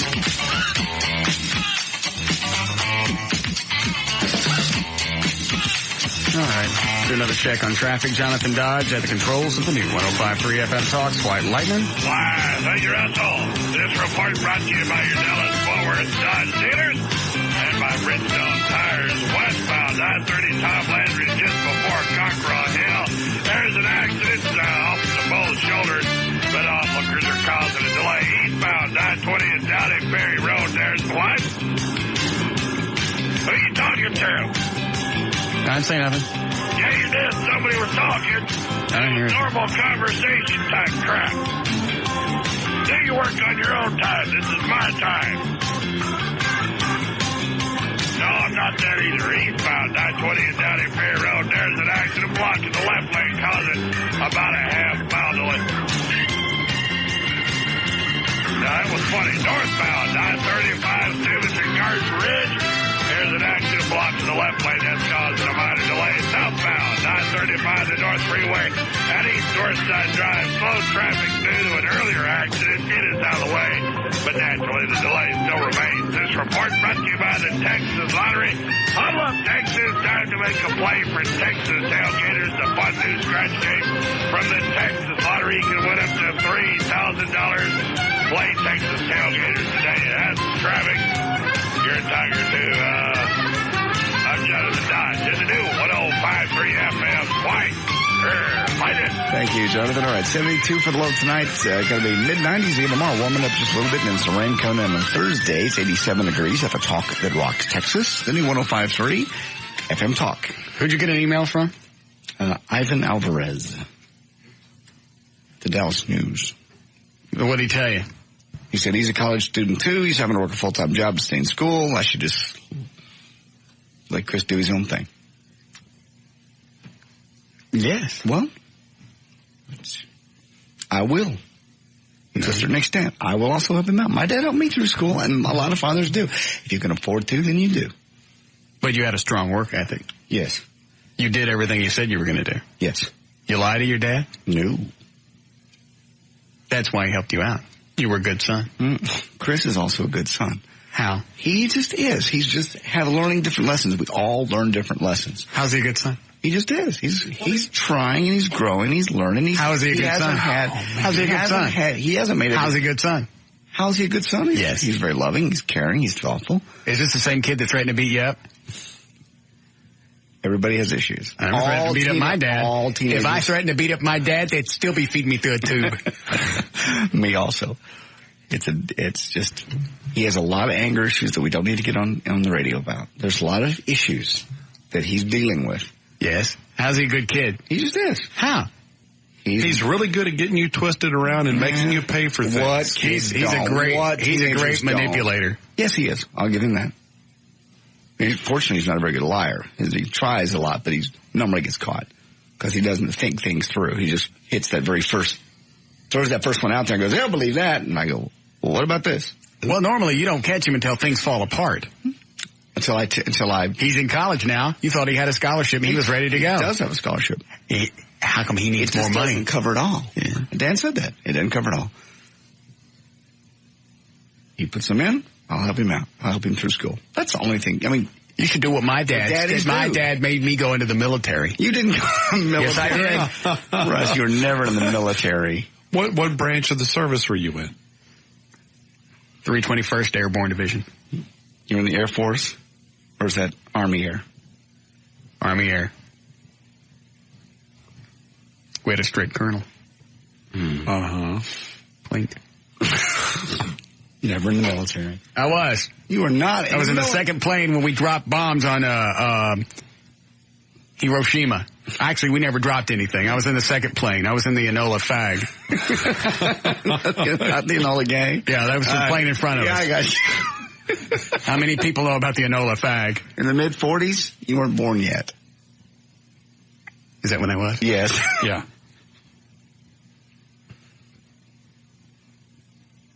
We dropped bombs on the Gooks. Yeah, no, you didn't. Damn. Yes, we did. No, you were never in the military. I went to Eastfield, and then you got into radio. After World War II. Almost 80 years old. I got oily skin. Very well preserved. Jesus. I spit on tissue. You NOLA fact. Some people didn't know there were 2 planes up there that day. Yeah, well, the Enola Gay, they got all the press. It was more PC back in the 40s. Yeah. Yeah. I see. We never got a chance to drop the bomb. Oh. Pilot the Bombardier. All right, let her go. Doors open.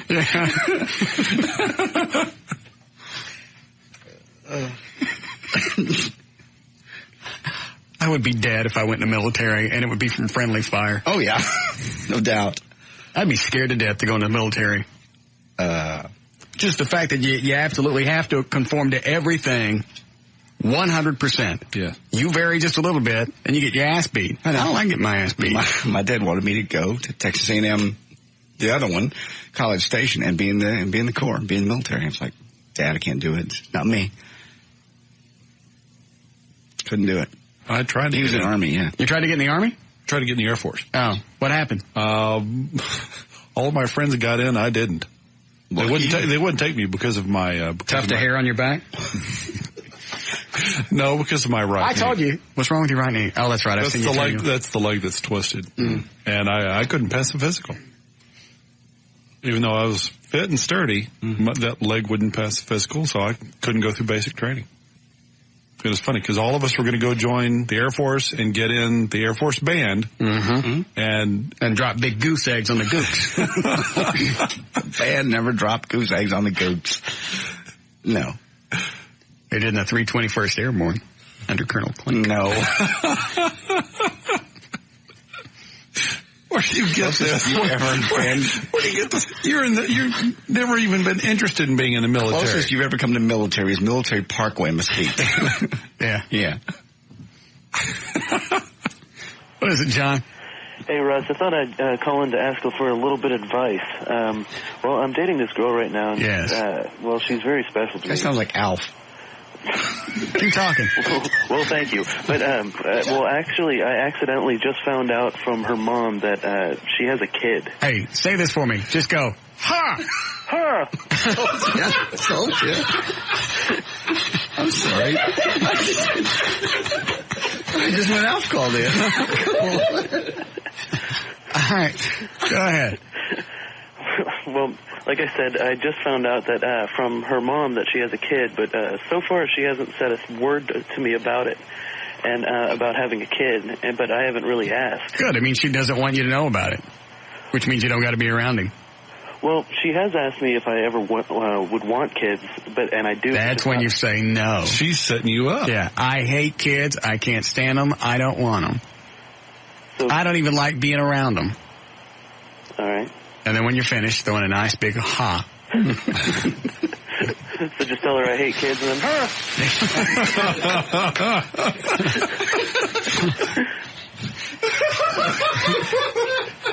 That's going to be up to you. How much do you like this chick? I like her a lot. She's really special to me. All right, now well, first of all, here's the problem. If she hasn't told you about the kid, she's lied to you, in essence. Yeah. So basically, should I ask her about it, or should I just wait until she brings it up, or what?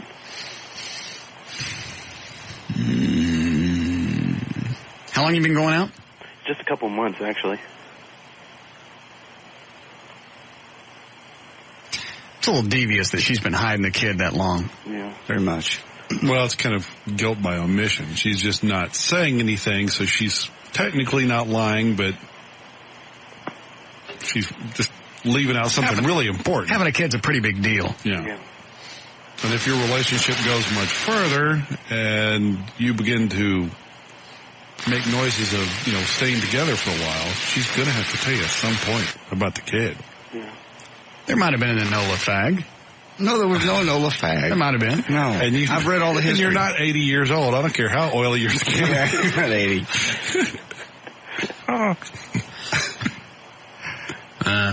Well, first of all, I'd be pissed off that she's hiding something like that because she's waiting for you to get attached to her. It's very serious, yeah. And then she goes, oh, by the way, I have a kid. And at that point, you got to weigh in the kid because now you're attached to the chick. Yeah. So that's a devious way to work the kid into the equation. Yeah. How old is she? She's 22. Mm. How old is the kid? She just a couple months old. Oh, really? Yeah. Cattleman's. It's like 9 months.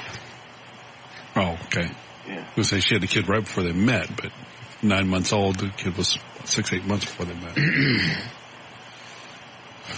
And the only reason I found out about it is because her mom called and left a message at her place, and I overheard the message saying that the kid's okay. Oh, really? Yeah, I don't even know if it's a boy or girl. Well, you know what? I can understand why she wouldn't say anything, because I dated girls in college that, you know, during the first date or so, they would mention something about their kid. Oh, you got a kid. Yeah. Gone. I wouldn't see them anymore. Mm-hmm. It's hard for them to get a relationship going. Yeah, but you don't conceal your kid. That's your own flesh and blood. Unless it's a step kid nobody cares about. Or if they're adopted. Then you can leave them out all the time. In fact, leave them out in the rain. No. Leave them outside. Put them on a leash with a bucket of water. No.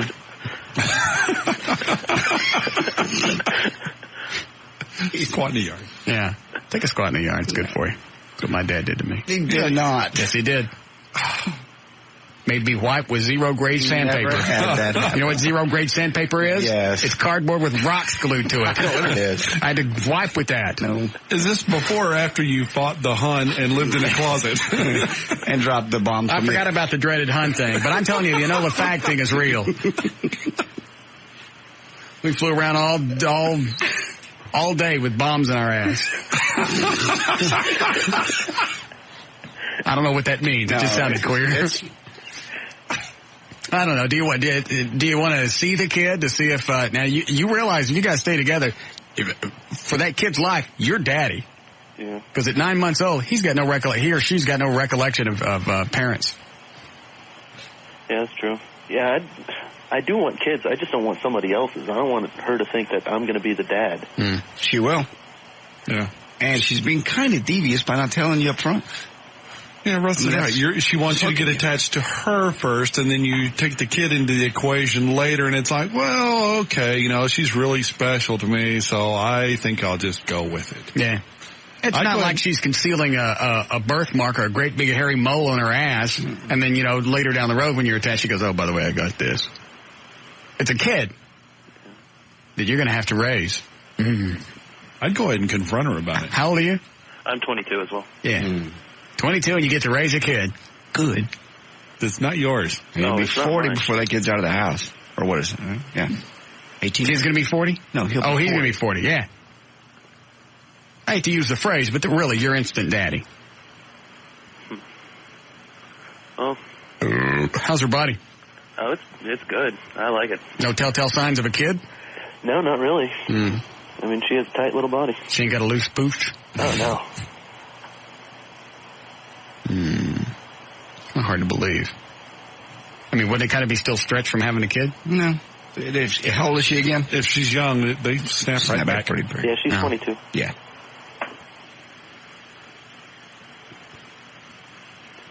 Well, I'm thinking. I like that idea of eating it. No. Can't eat the baby. That's illegal in most states.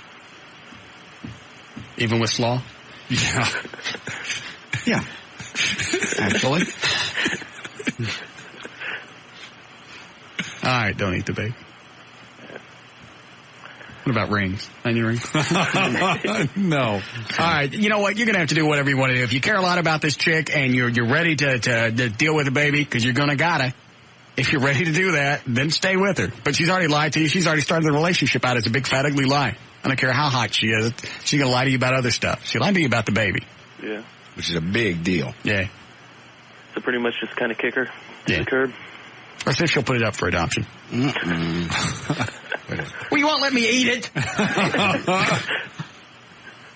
Either way. Those are my suggestions. Okay, thanks, Russ. Adoption, eat it. Or leave her. Or keep her and just deal with raising the kid. Depends on how important she is to you. Yeah. Give us the big Alf thing before you go. Her. Thank you. Now, if she started lying this early, she's just going to keep lying about everything about the relationship. Yeah. Last chick I was with that had a kid, that was the first thing she told me before we even went out, I have a kid. And did you appreciate her honesty? Or No, I needed to know. And it made me think about actually going out. And I thought, what the hell? I'm not getting married to her. We'll go out and it turned into a nice relationship. She was just afraid to bring the kid into the equation. Did you ever meet it? Yes, I met it. Well, it was a boy or girl? About this big. Boy or girl? I don't know. That's why I said it. I never talked to it. As a little boy. Little boy. Yeah. You didn't hang out with him, do anything with him? She brought him over to the house a couple of times, and I played with it for a while. Mm-hmm. Took it to, what's the pizza place? Chuck E. Cheese. Yes. Oh, crap. As soon as I walked in, because I don't think I've ever been in a Chuck E. Cheese. We go in, and there are kids in tubes crawling over my head, and kids running around, and kids on machines beating at it, and kids over here at the pizza thing, and they're slinging stuff. And the room started spinning, and I got sick. And then all of a sudden, I remembered dropping the bombs on the gooks. It's got the giant mechanical monkey in the back singing, the big gorilla. Yeah. Oh, yeah, on the far back of the stage. Yeah. And the kids standing up there just staring at it like this. Just about the time you think there's somewhere you can go to get away from the noise and the activity. The monkey starts. You can't walk. You can't move. I know. And there was nothing. All I could have was a salad because there was nothing. It was pizza and salad. They did have a salad bar. Well, he wants to go play some games now. Can I sit here? No, come with us. I'd like to sit here and watch the monkeys. No. I'd have paid money to see you in a Chuck E. Cheese. I could. And the kids are in the tubes crawling over my head. Yeah, I went into circus. It's a giant habit trail. Yeah. It is. Seriously, the room started spinning and I got that vertigo feeling going on. Yes. The room got smaller. Mm-hmm. And they didn't have no beer. Somebody told me they had beer. Some of them do, some of them don't. Depends on where it is. That would be perfect. Get all those kids drunk and they wouldn't be running around like that. For the kids. It's for the dads. Oh, well, that's not very smart.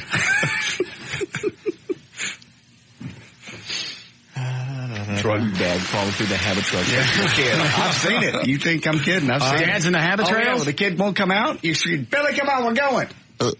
Daddy crawls right up in the habit trail after him. I didn't know that they would hold an adult. They will. They're pretty strong. When my daughter was a little child, I had to crawl in there after her because a little boy was in there beating the crap out of her. Yeah? She took, they have the thing that's full of the little soft balls that they can crawl around on. Yes. She had taken one away from him, so he was beating the crap out of her. I had to climb up the tube, grab him, pull him out, and pull her out. Good for him. What do you want, Christian? Okay. Good for him. Why good for him? You got him out. What is it, Christian? Huh? What?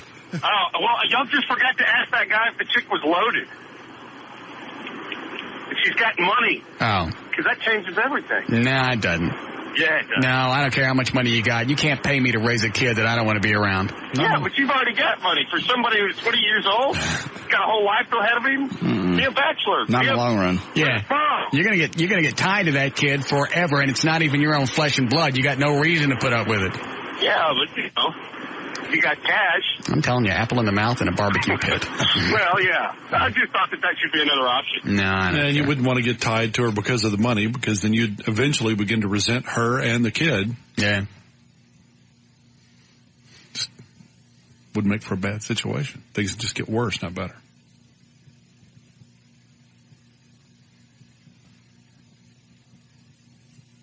It was a really big plane. Mm-hmm. No. No. And why were the bombs in your butt? The plane was called the Enola Fag. We only killed gay gooks. Since you were on the plane, I doubt you know what kind of plane it was. Was it the same kind of airplane as the Enola Gay? Same type? It was a B. We never saw the front of the Enola Gay. We only saw its rear end. I see. Because we were the Enola Fag. I see. What kind of plane were you in again? A B. That's what it was. A B. It'd be a plane. No. This bit's got no funny end. Just let me out of it. I'm sorry. It was huge. Big one. Bombs away. I give up. All right.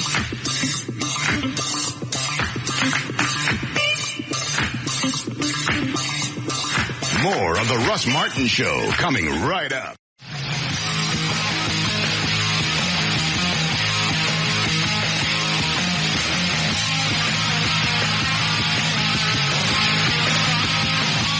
how perfect she is. If she's got 12 toes, that's just nasty. It's not nasty if you're just used to it.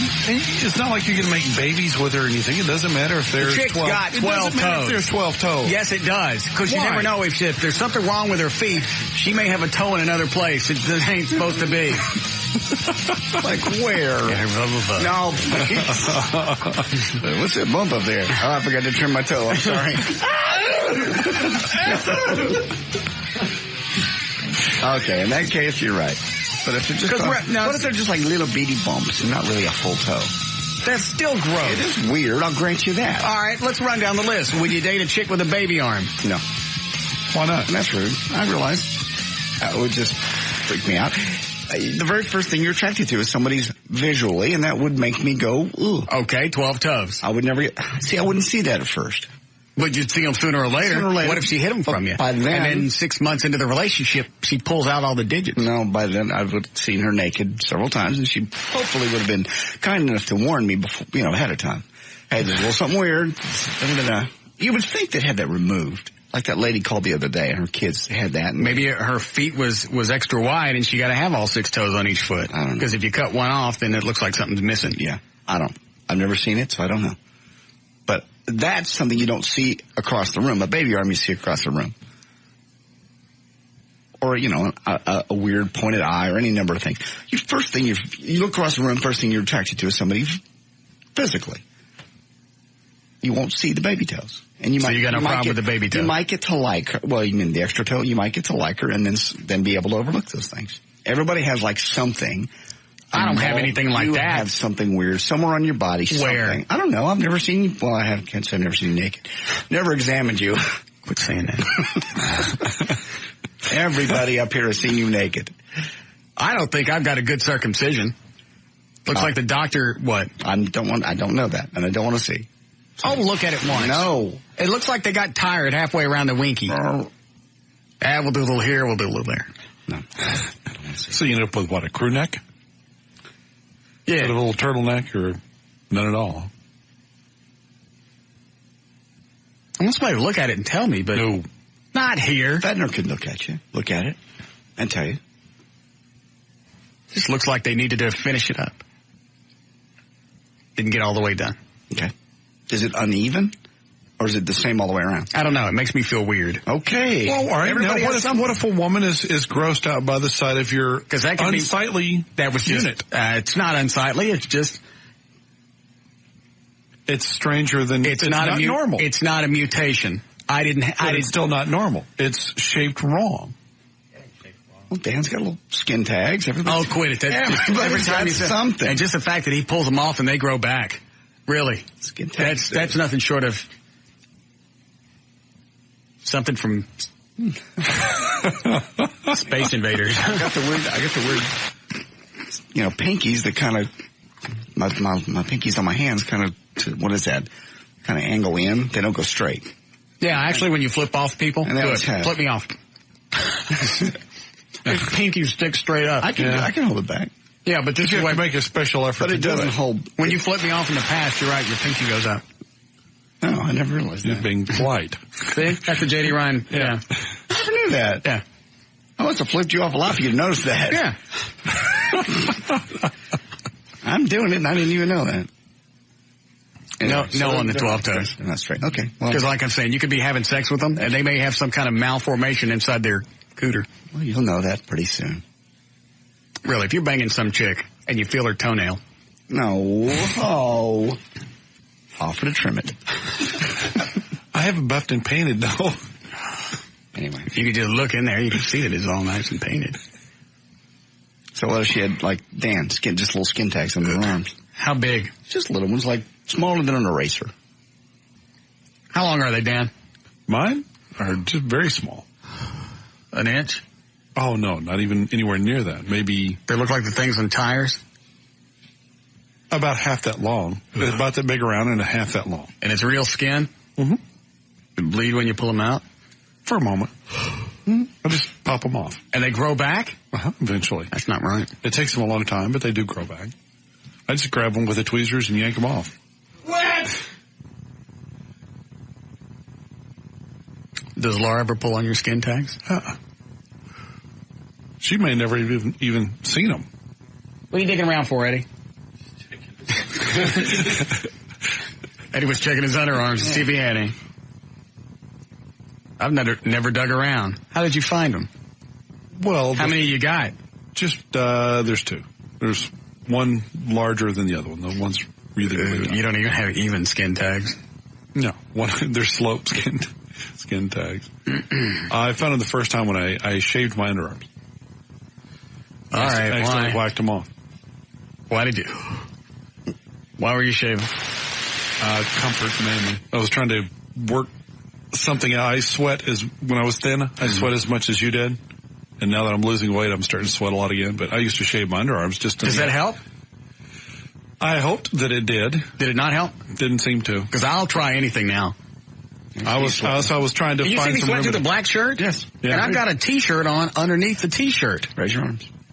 Now put your arm, put your hand underneath your arm, on your left arm. Oh yeah, it's soaking. It's soaking wet. Yeah. That has to be something wrong with me. It ain't like having 12 toes. Everybody has something wrong with them. You sweat too much. This is not a mutation. No. It could be. I'm not dating a chick with a bunch of toes on her feet. I'm telling you. First time you do those little piggy went to market, you got leftovers. I'm leaving. Would you date a woman that sweated as much as you do in the same place? Yeah, it's not a big deal. But then she's dripping on you when she's That's okay. on you. It makes me hot. Mm-hmm. I had a chick drip on me once when she crawled over. Mm-hmm. Didn't bother you? It was from her good stuff. Maybe she's ready to go. Yeah. It was her good stuff or it was your old good stuff? No, it was her good stuff. Oh, okay. She was ready to go. Then that's good. I remember that one. Mm-hmm. That's nectar. That was the screamer. Ah. I had to bang her in the closet because she was so loud. I did. And it wasn't stuffing a sock in her mouth. It wasn't. I put pillows over her head. People next door still were beating on the walls. Oh, that's right. You in an apartment. It can be too loud. Yeah. It was absurd. At that point, yeah, I laughed. It's embarrassing. You did. Yes, Neil. Hey, Russ. I want to know if any of y'all would go out with a girl with irritable bowel syndrome. Like Kelsey Grammer. That's right. His wife has it. Now, what is that? Do they just fart all the time, or what is it? Nah, I don't think they just fart. I think they do all the way. I think they got to wear, like, the pins or something like that. Oh, really? Yes. I don't think that's right. I don't know. It depends. I mean, if she just farts, I'd be okay with that. If she's always dropping goods in her pants, that would be a different story. No irritable bowel for me. Okay, thanks, guys. Bye. I'll just start weeding chicks out like that. So you're looking for the physically and emotionally perfect woman. She doesn't have to be perfect, but I don't want extra digits. Okay. All right. What if she had an extra finger on one hand? Would you go out with her? Because anytime you took her someplace, all of us would be looking at her hand. Everybody, I know. It would give Eddie endless fodder for his "what did I tell you" questions. But do you have any "what did I tell you"? We haven't played that in a while. I've got a few. How many do you have? Maybe 13. Oh, that's enough for a round. Yeah. Yeah, chick with 6 fingers. That's something you can see in person. That's something you can see in public. I mean, yeah. The toes can be covered up. So, all right. So, just so I understand. I never tell you guys. So I understand. You're more concerned about what we think than her feelings. No, I'm more concerned about when you say that? Well, then what difference does it make where the malformation is? Because when I first meet somebody, I'll see that and that'll look me out. I won't want to get to know. What if she hides it for a while? How would she hide it? You stick your hands in your pant with her. You'd have to hide. But you don't always just look at somebody's hands. And if she keeps that hand away from you. No, you can see another finger. You'll see another finger. It's odd. I mean, the first time you get home in bed, you'll see that stuff. When was the last time you counted fingers on somebody? You'll see their hands. Plus, it makes your weenie look smaller. Yes, more fingers, you're right. It's a little bitty baby finger. It does. See? Look at that. That's what it would look like. Yeah. Ooh. Yeah, I couldn't do that. Look. No, that looks like some out of a movie. All right. Or an extra thumb sticking out the side. What if she had 2 big toes? On one foot? No, in her nose. No. Yeah. On one foot. No. Okay. Like chimpanzee feet. No, I'm talking about two great big, number one. In fact, not even next to each other. One on each side of the foot. No. God. I don't think that ever happens. God. You know what I'm saying? I know, one on each side. Yeah. Balanced. It looks like she's doing hook 'em horns with her feet. Yeah. Yeah, if I were lots of kite in a tree, she'd be the perfect one to have around. Jesus. How do we get off on that? Because we got nothing else to talk about. Oh, okay. We were arguing about the toe thing during the break. So no, I don't care how perfect she is mentally, physically. I don't care if she's perfect, except for the 6 toes. I ain't keeping her. Yeah. Because you just don't know where that other weird thing is. Well, I wouldn't want to have children with someone like that, certainly, because you got the potential of passing it on. Right. Yes, Courtney? Okay, y'all are talking about irritable bowel syndrome? Yes, do you have it? No, I don't have it, but one of my family members does, and it's not, you don't fart all the time, or you don't have to wear Depends, you just have, like, permanent diarrhea. So you want to find a bathroom, you got to find one. Oh, really? So when you got to go, it's right then? It's, like, right then. It's not anything gross or anything like that, and plus it, like, causes a lot of pain.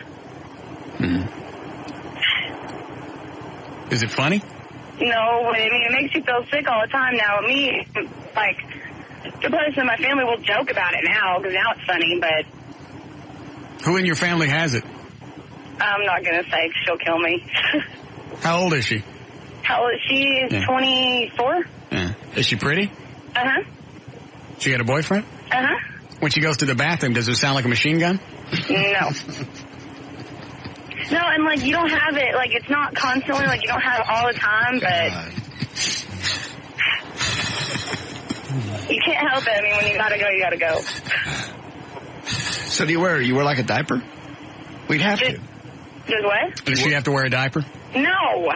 God, no. You take medicine for it. Yeah.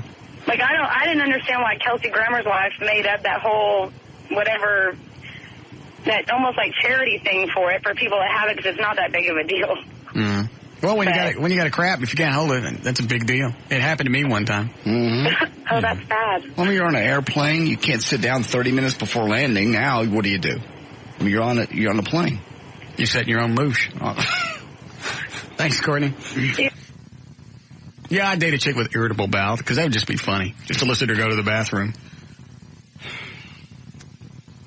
Is that curable, or is that something you have forever? I don't care. Not me. I don't. Yeah. Do I have it? No. If I had it, it would be a concern.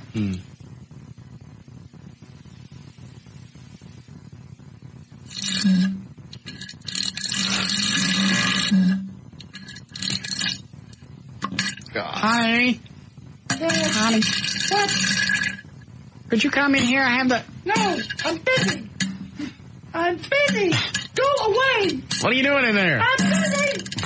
I'm doing my makeup. What's happening? I'm doing my makeup. Why are you doing your makeup in the living room?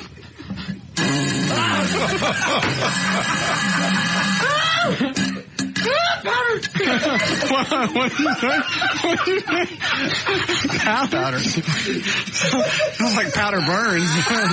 Eyeliner.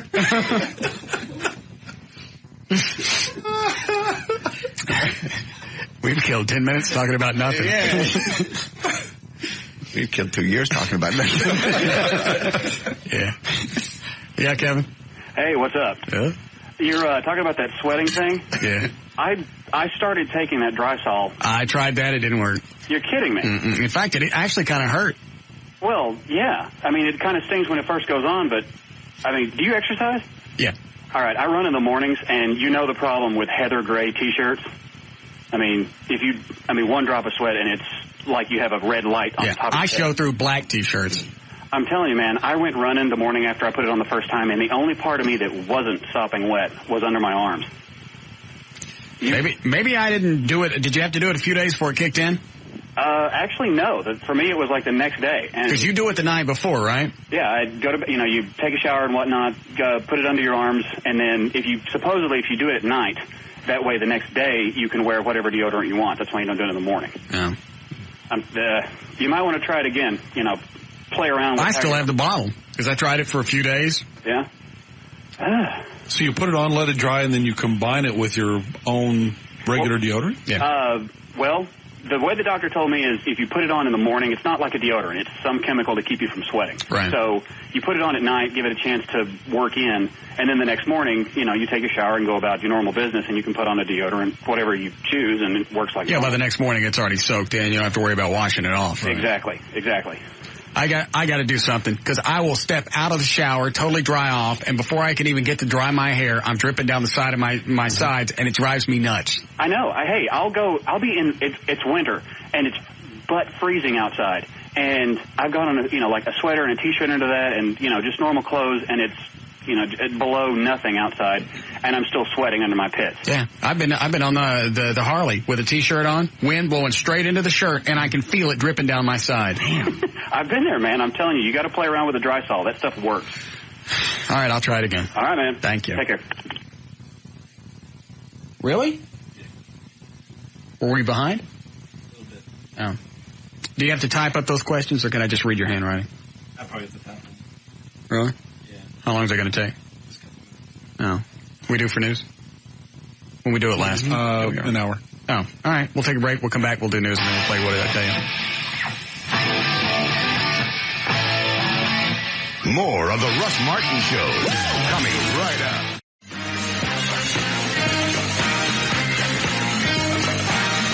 No, he's serious. He wants his own show. Dan hates me. He doesn't hate you. Say it, Dan. I don't hate you, Russ. He's not serious. No, he is. Are you guys hosing me? No, tell him, Dan. Tell him what? Go ahead, tell him. You getting your own show on this station? I don't know. But you brought it up or talked about it? We've talked about it. Okay. George Costanza. Oh, damn. Oh, that hurt me all the way across the room. I knew sooner or later it would probably happen. Why are you bringing this up now? Because it made me sad. Why does it make you sad? You've been on the show since the beginning. Yeah. Since I've been doing mornings. Yeah. Almost 5 years. Who are you going to have on your new show? I don't know yet. It's just something that's been talked about. Really most charging. It's only the discussion stages at this point. Mm. And what would you talk about on your new show? Well, it'd be a lot like this show. Except I would have the con. Is that what you want? You want to control? Broaden your horizons? A little bit, yeah. Spread your wings? To a certain extent, yes. What, Eddie? Can I have his desk in his little area space in the office? Yes. Well, that take long. Damn. No, I'm sorry. Sorry you're leaving, Dan. We'll miss you. Can I have his desk? What about his stuff? Can I have his stuff? I'm not leaving yet. There's nothing definite. It's just a discussion. It was a discussion. I don't even know why you're bringing it up. Because it hurts me. And, of course, anything that hurts you is a reason for you to turn around and hurt you back. Hurt us back. Yeah. Certainly. So you've already met with Bob? Just for a moment. Mm. Just a quick discussion on the possibilities therein. How long have you wanted your own show? I don't know, a year or so. Don't you ever see me over here floundering with nothing to say? Do you really Yes. you really want to be in? When do you notice that? Do you really? But just the even thinking about it, I get a knot in my stomach. I start tensing up a little bit. I get butterflies. And I know that you feel that way too. You've talked to me. And you're ready for that? I don't know. Because if you leave, you can't come back. I know. It's like being in traffic. Once you leave that lane and get in somebody else's lane, you can't get back over in front of me. You're gone. I'll speed up to keep you from getting back in. Yes, you will. I've seen you do it. I have. You shouldn't have got over. I know. Made a bad choice. The car in front of you slowed down. Now you're screwed. Oh, no, you don't come back. You left. This lane is mine now. Out. I've done it. It's not easy. What? Changing lane? No. Having my own talk show almost a year in San Antonio. Oh, that's right. San Antonio. KTSA. Yeah. Yes. And I was by myself. I didn't have a little group. It was just normal talk radio, kind of like Cliff is. And believe me, you're hanging. Well, I was all by myself, too. Just me and the phones. So I didn't have a group of folks to bang off of. It wasn't this kind of a show. But it's kind of more like what Dover does, that kind of thing. But it was just... See, that would drive me nuts. Really dry talk, boring. It really was. It was miserable. I hated every day of it. And I sucked at it. That's why I would never try to do that. One topic every hour or No, four yeah, topics? well, I just, depending on what was going on.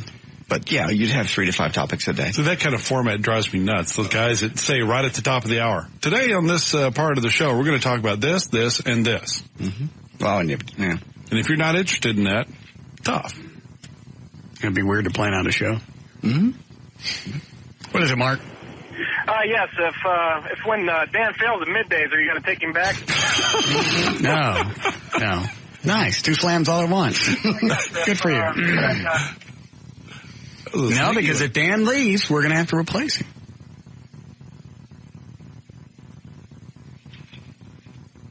Those are big baby shoes to fill. Big skin tags to fill.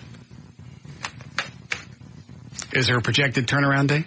No. Like I said, this was just a brief discussion. Have you picked out your sidekicks? I have thought about it, yes. I mentioned it to Eddie during the break and went, Dan wants his own show. And he goes, who's going to host it? Oh. Eddie. Always got to take the shot. I didn't say it. No, but Eddie's really good at those.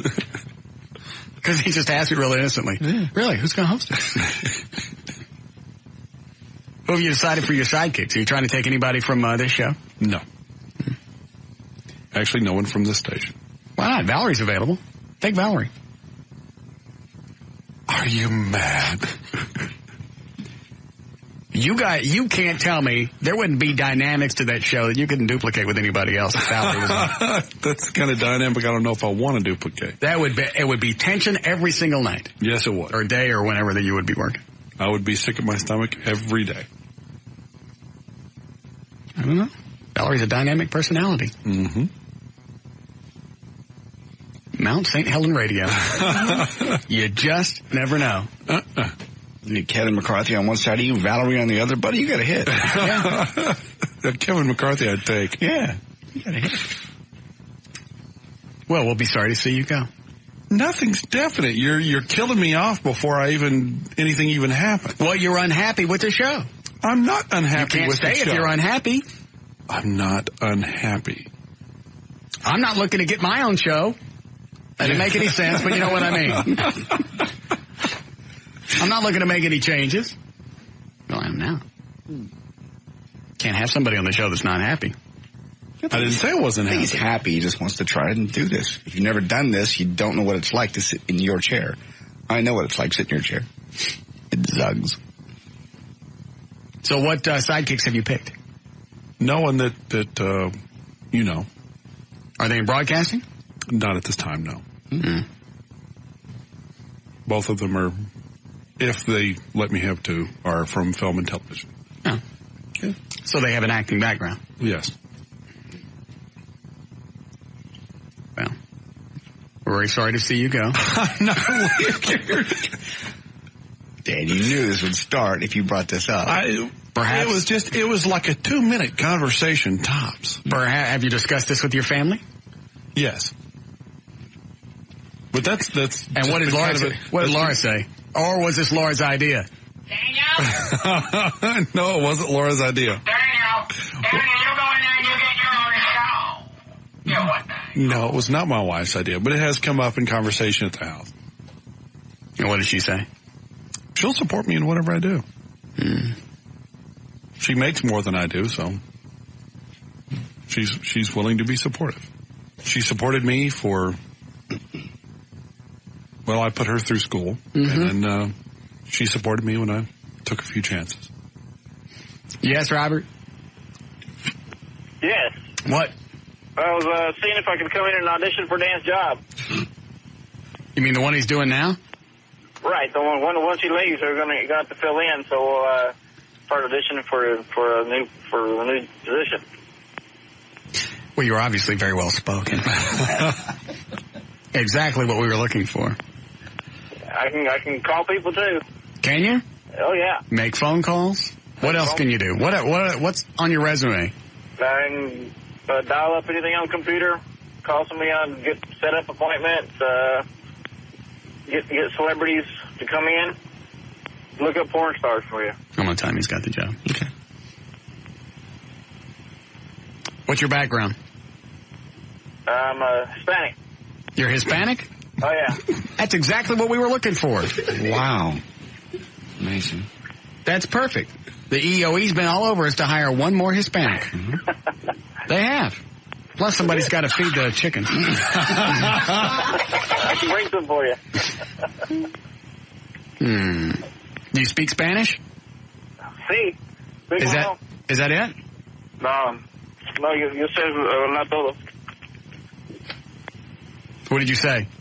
I can speak it all. Oh, okay. Well, you sound very well qualified. What do you do for a living now? I'm in sales. What do you sell? Air conditioning. Any broadcasting? You know what? I don't even think you need any broadcast experience. You sound like a smart guy. You can do. You're computer literate. You know how to work a phone. You can set up guests, right? That's right. I don't see any reason why you shouldn't have the job.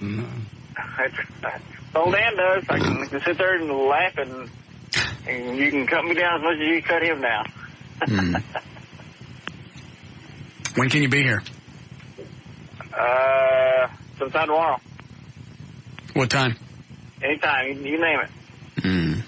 I'll put you on hold, and O'Malley will get your phone number. We'll call you. Okay. Okay. It's like when I get that job interview for that TV thing. Well, they just started circling, don't they? What TV thing? Nah, a long time ago. Oh, the Vegas thing. Vegas the thing. Vegas. Oh, that's right. I forgot all about that. Everybody always wants to go on there. Eddie, how are you? You okay with stuff? You want your own Eddie Boyd show? No. I don't even like talking, so I'm okay. Well, my own radio thing. It was an opportunity to do network television. Fine. Everybody wants to go on? Just everybody go on. I'm not going to go on. I'll just sit here and I'll be here with Eddie. I turned that job down. You lost it. Had I gotten it, I would have turned it down because I couldn't leave. You wouldn't have turned it down. Shut your ass. Not network money. You don't know. You got that job. You wouldn't even come back to pick up your stuff. Deeply committed to this show. I'll buy new stuff. Yeah.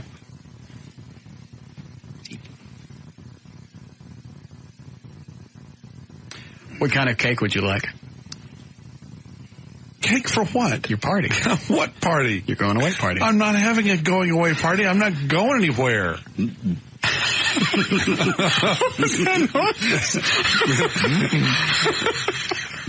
I was inside me wanting to go, uh-oh, and then trying to hold it back. Sorry. All right. How much notice will I get? Say if Bob comes to you tomorrow and he goes, all right, we're going to do the show thing, put together a proposal, let me know who your sidekicks are going to be, do a demo tape. Okay, now you got the show. How much notice do I get? I don't know. A couple, 3 months, I guess. It depends on what Bob tells me. He hasn't told me anything yet. Like I said, it was just a 2-minute conversation. I know, but it's obviously something you've thought about. Otherwise, you wouldn't have gone to my boss about it. Well, that's before you talked to me. That's why I came to you. You went to Bob first. I just wanted to throw my hat in the ring if there was anything out there.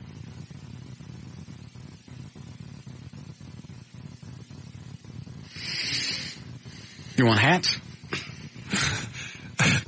Hats for what? The party. There's not going to be a party. Oh, we can't let you go without a party. I don't know if anything's going to happen.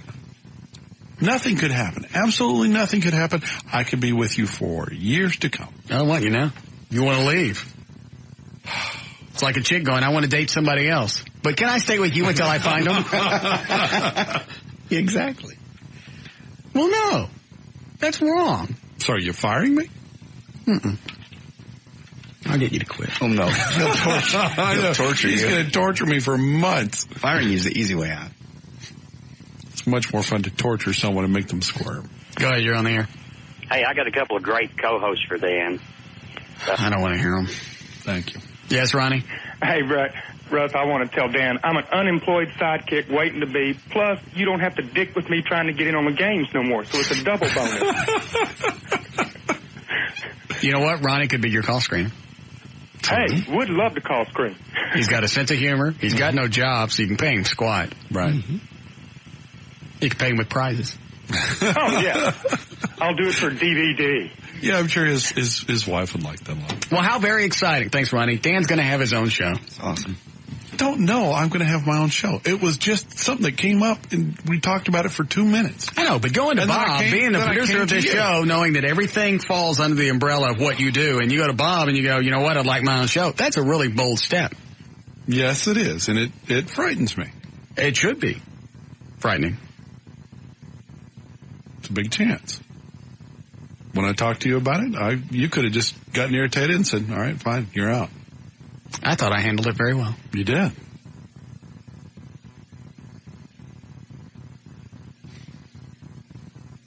Punch?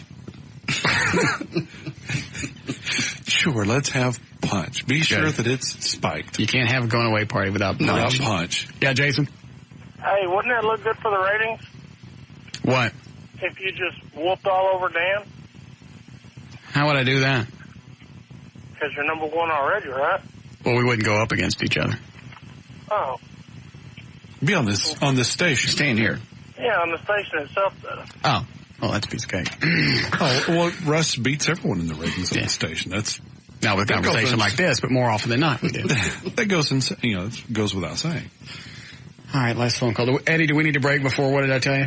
All right. Yes, Ahmed? Hey, I got a great idea. Why don't you guys try getting in touch with Bob? Because you know he's going to be drunk. He'll talk about it. Oh, yeah. Thanks. Oh, please be drunk. We may get you a show by tomorrow, Dan. Hold on. If he's drunk. Take him off the air first. Mm-hmm. Hey. Why is Bob screaming in the background?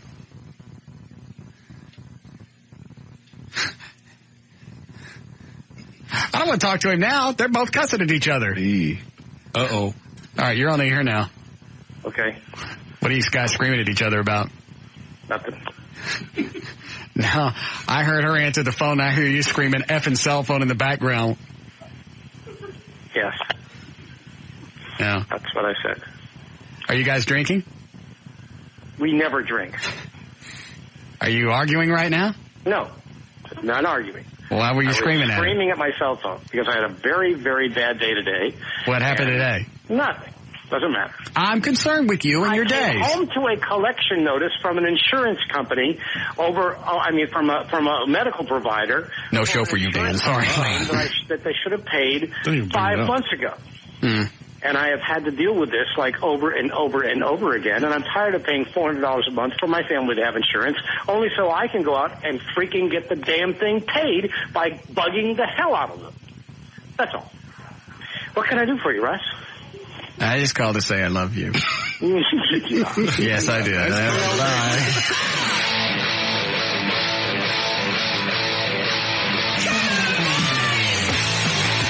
More of the Russ Martin Show coming right up.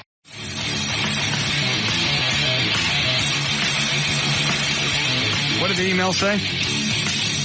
Oh, I just deleted it. Did it come straight to you, or is it in the show email? It was in the show email, but I deleted it already. Well, I might have it over here. Oh, that's right. If you haven't refreshed, it's still there.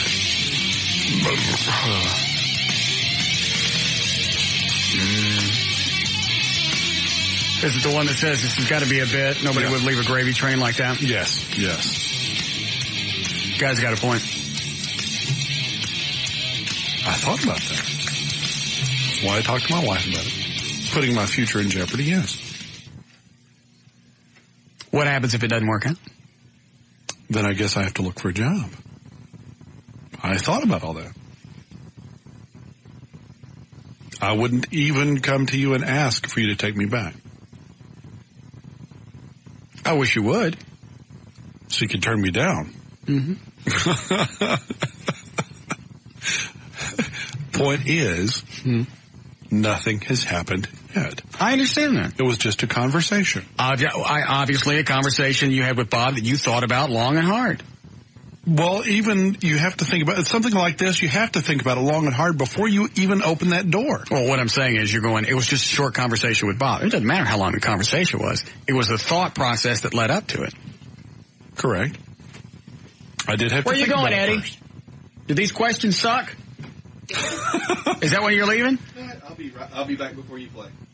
All right. Because normally that's what you do. When the what did I tell you questions suck, you leave the room. Where are you going? I've got Skrilla in there. If you want to play that instead. No, I'm sure this will be fine, but you sit in here with this. I will. I'll be right back. All right. He does do that. He sneaks out.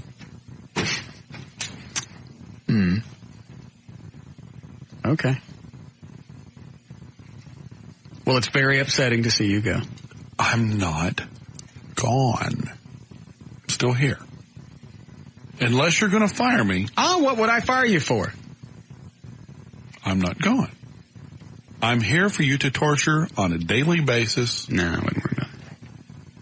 It's okay. I understand. You've been there yourself. Now, let me just ask. I'll even turn the mics off. Is this the hose? Do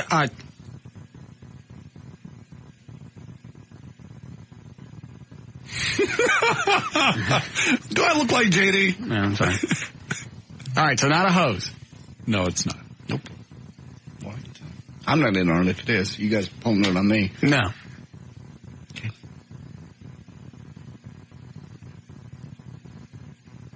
I'll believe it when I see a resignation notice. Because that's a great big step to take. Yes, it is. Is Bob mad about something? Is he screaming? Yes, Bob? What? I just had one question. Why was it that Laura brought this all up to me? When did Laura bring it up? At your party. Laura brought it. Forget the game. Screw this. Hang on, Bob. Let me sit down. Oh, we only got 15 minutes. We're going to be late. That's okay. This is just... Wait, let me lower my chair. Yeah. Oh, you're in trouble. This is just what spurred things forward. Yeah, what happened with Laura? I think the chair's a little bit too low. That's okay. I can still reach the buttons. Can you reach the delay? She came up to me at your party, the cookout you had. I think it was Labor Day? Yeah. Yeah. And that's where this all started. I mean, so this was Laura's idea. No, it wasn't her idea. Well, it seems like it to me. She just opened the door a little before I was ready. So Laura came to Bob before you went to Bob. I had been talking with Laura. Yeah. About this, because this is something that you would discuss with your wife, and you're in a marriage. You're going to discuss something like this with your wife. So why would she be the one to bring it to me? Because she was drunk, Bob. Oh. Well, she didn't seem drunk. She was that the day she was wearing that hot outfit with her belly hanging out? The hot outfit, yes. Yeah. Yeah. Now she wants her to. She's asking me if she can get her belly button pierced. Pierce it all the way. She's got that little. She's got that cute little hood. As thin as she is, you can pierce it straight through the other side. Go to Home Depot and get a door knocker and just pierce it right through her stomach. She's getting some wild hairs. Is she? Well, look at yes, dressing hot. Yeah. Here's she's belly button. Husband gets a talk show. Yeah, this is interesting. So how long did what did Laura say when she came up to you? Well, I mean, she came up to me and said, Dan's been wanting his own show for a long time, and really, I don't know. Yes. How very interesting. That's what she said, and I said, well, the first thing is that, you really need to broach this, or Dan needs to broach this with Russ. I don't even want to discuss it until we've had the opportunity to lay it out in front of Russ. Yes. And then, if Russ gives the blessing to this, then we can move forward, but I want to move forward, with a plan. So you're going to have to submit some kind of plan to me about what you want to do. So anyway, but it just seemed odd that, Dan was there and Laura was there, but Laura was the one that came up and asked me about it. So I knew it. Daniel, you go in there and you get your own show. I don't want to. I'll do it myself. That is not what happened. Excuse me. That's what sounds like happened. Seems like it to me. After, my wife tends to get a little Mouthy? Mouthy. Yeah, I was trying to think of a different word, but what the hell? After she's had a couple. Yeah. That's because she is so tiny. 2 or 3 margaritas, she's gone. Daniel, you go get your own show. You go up to him right now and tell him. Tell him you want your own show. That's exactly what it was. I mean, I just felt very much like that was what was going on. Oh. It's the Laura Lewis show. We know one of the sidekicks. She brought it up, so I felt that, well, she's already broached the subject. Mm-hmm. I need to see. The thing is, she didn't tell me until a couple of days later. Really? So she admitted to me, well, at the party I'm going to say something about you and your show. Well, congratulations. So after I got through dancing in circles, that's when I went to Bob and said, I understand at the party my wife said something to you about me having my own show. So, Bob, what's the turnaround time before Dan can get his own show? What's the possibility? Well, I mean, depends on who. If we blow something else up, right? We won't throw out time slots. We'll just leave that up for anybody's imagination. But what's the turnaround time possibly? The truth is that we really wouldn't make a decision until the fall ratings period comes out, which would be January. That would be realistically the first time we would take a look at any opportunities. January. And just knowing Dan's history and his background, what are his chances? I don't know. I guess they're probably pretty good. I'd say maybe 50-50. But I haven't seen a proposal. I don't know what the show is about. I don't know what to expect. And without that, I really don't want to venture an opinion. I'll help Dan with that tonight. Okay. Well, I mean, I think it's a very good chance. I mean. Congratulations, Dan. You have your own show. Why are you congratulating me? Because Bob just gave you your own show. He said you got a really good chance. He's a program director for a major market station in one of the largest markets in the country. Congratulations. You're putting words in his mouth. He hasn't said that. No, that's all right. He will. You'll do that later? Yeah, I think this is going to work out. We're all very happy for you, Dan. Congratulations. Goodbye. Why? Bless. Goodbye. That's not goodbye yet. We still got 10 minutes to kill. No. Here's the audio from your party. Oh, that's a wrong button. There it is. What I want to know punch? Do what, Bob? What I wanted to know is Laura going to be on the show? Yeah, you going to have Laura on the show? No. Why not? No. She could be the producer. Just like at home.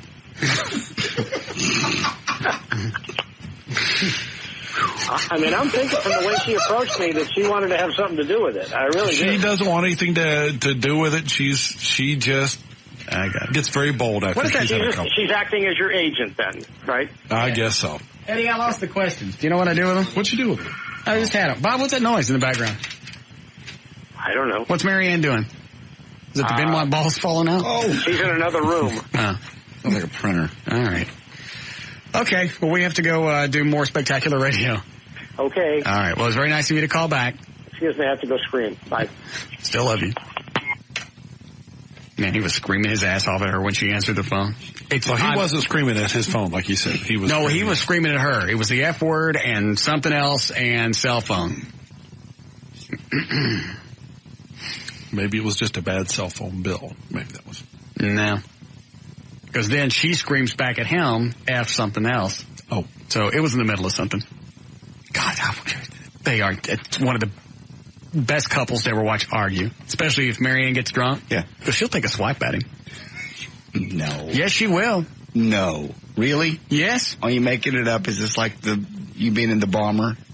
The Enola Queer, or whatever it was. The Enola Fag. Sorry. Get my military career right. How dare you? I'm never going to get anything from you on VE Day. Is it VE Day? No, VE. Yeah. That was Victory Europe. Do we, where's Japan? BJ Day. BJ Day. Yeah. MTV? No. Come on. Do we have time to do this? Honestly, we don't. All right. All right, we'll take a break and then we'll come back and do this.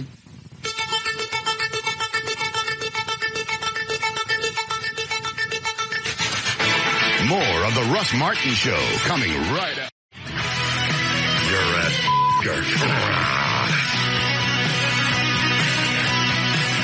All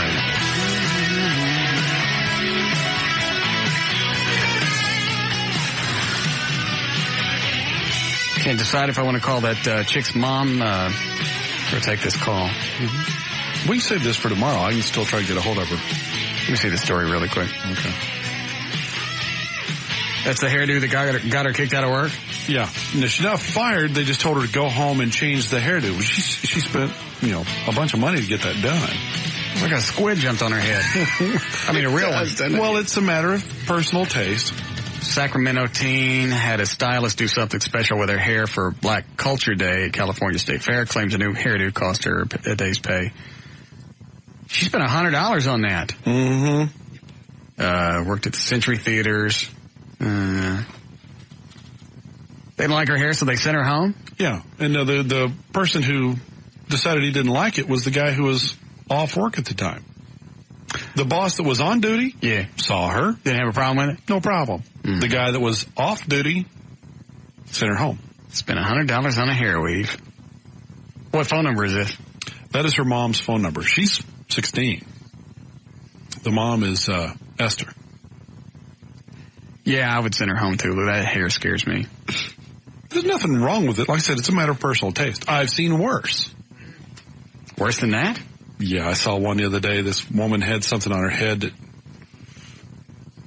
I can't even describe it. It looked like someone had taken an entire pan of cinnamon rolls and dumped them on top of her head, and they were just all kind of stuck together in different configurations. Very nice. And she probably spent a fortune having it done. Did you see the picture, JD? Oh, yeah, you're right. Squid. I don't know. We were just walking down the street, and this squid jumped on my head.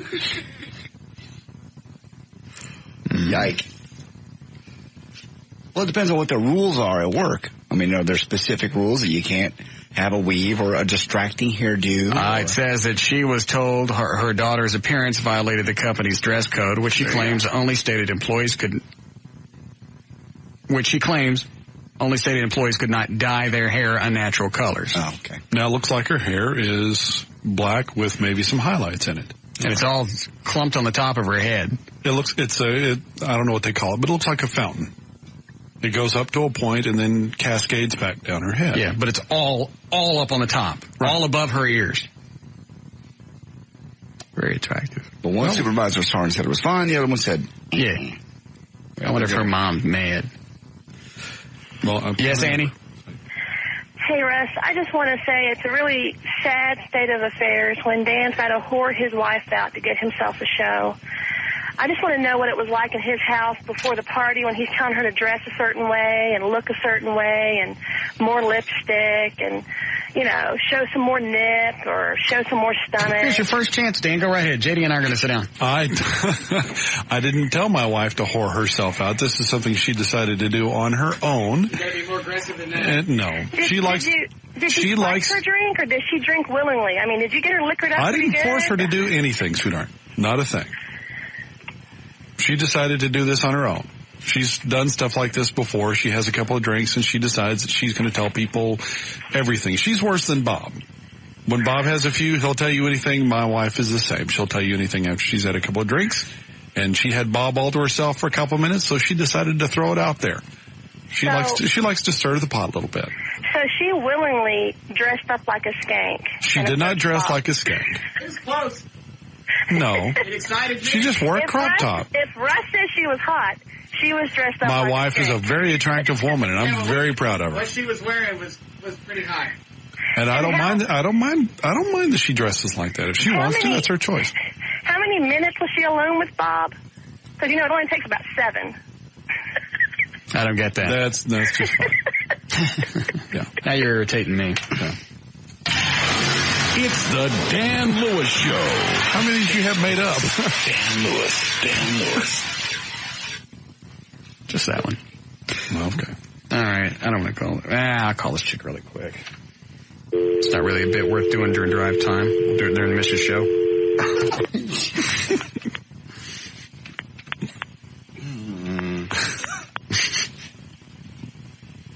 What? I just promoted a show. Yes, you did. It's nice.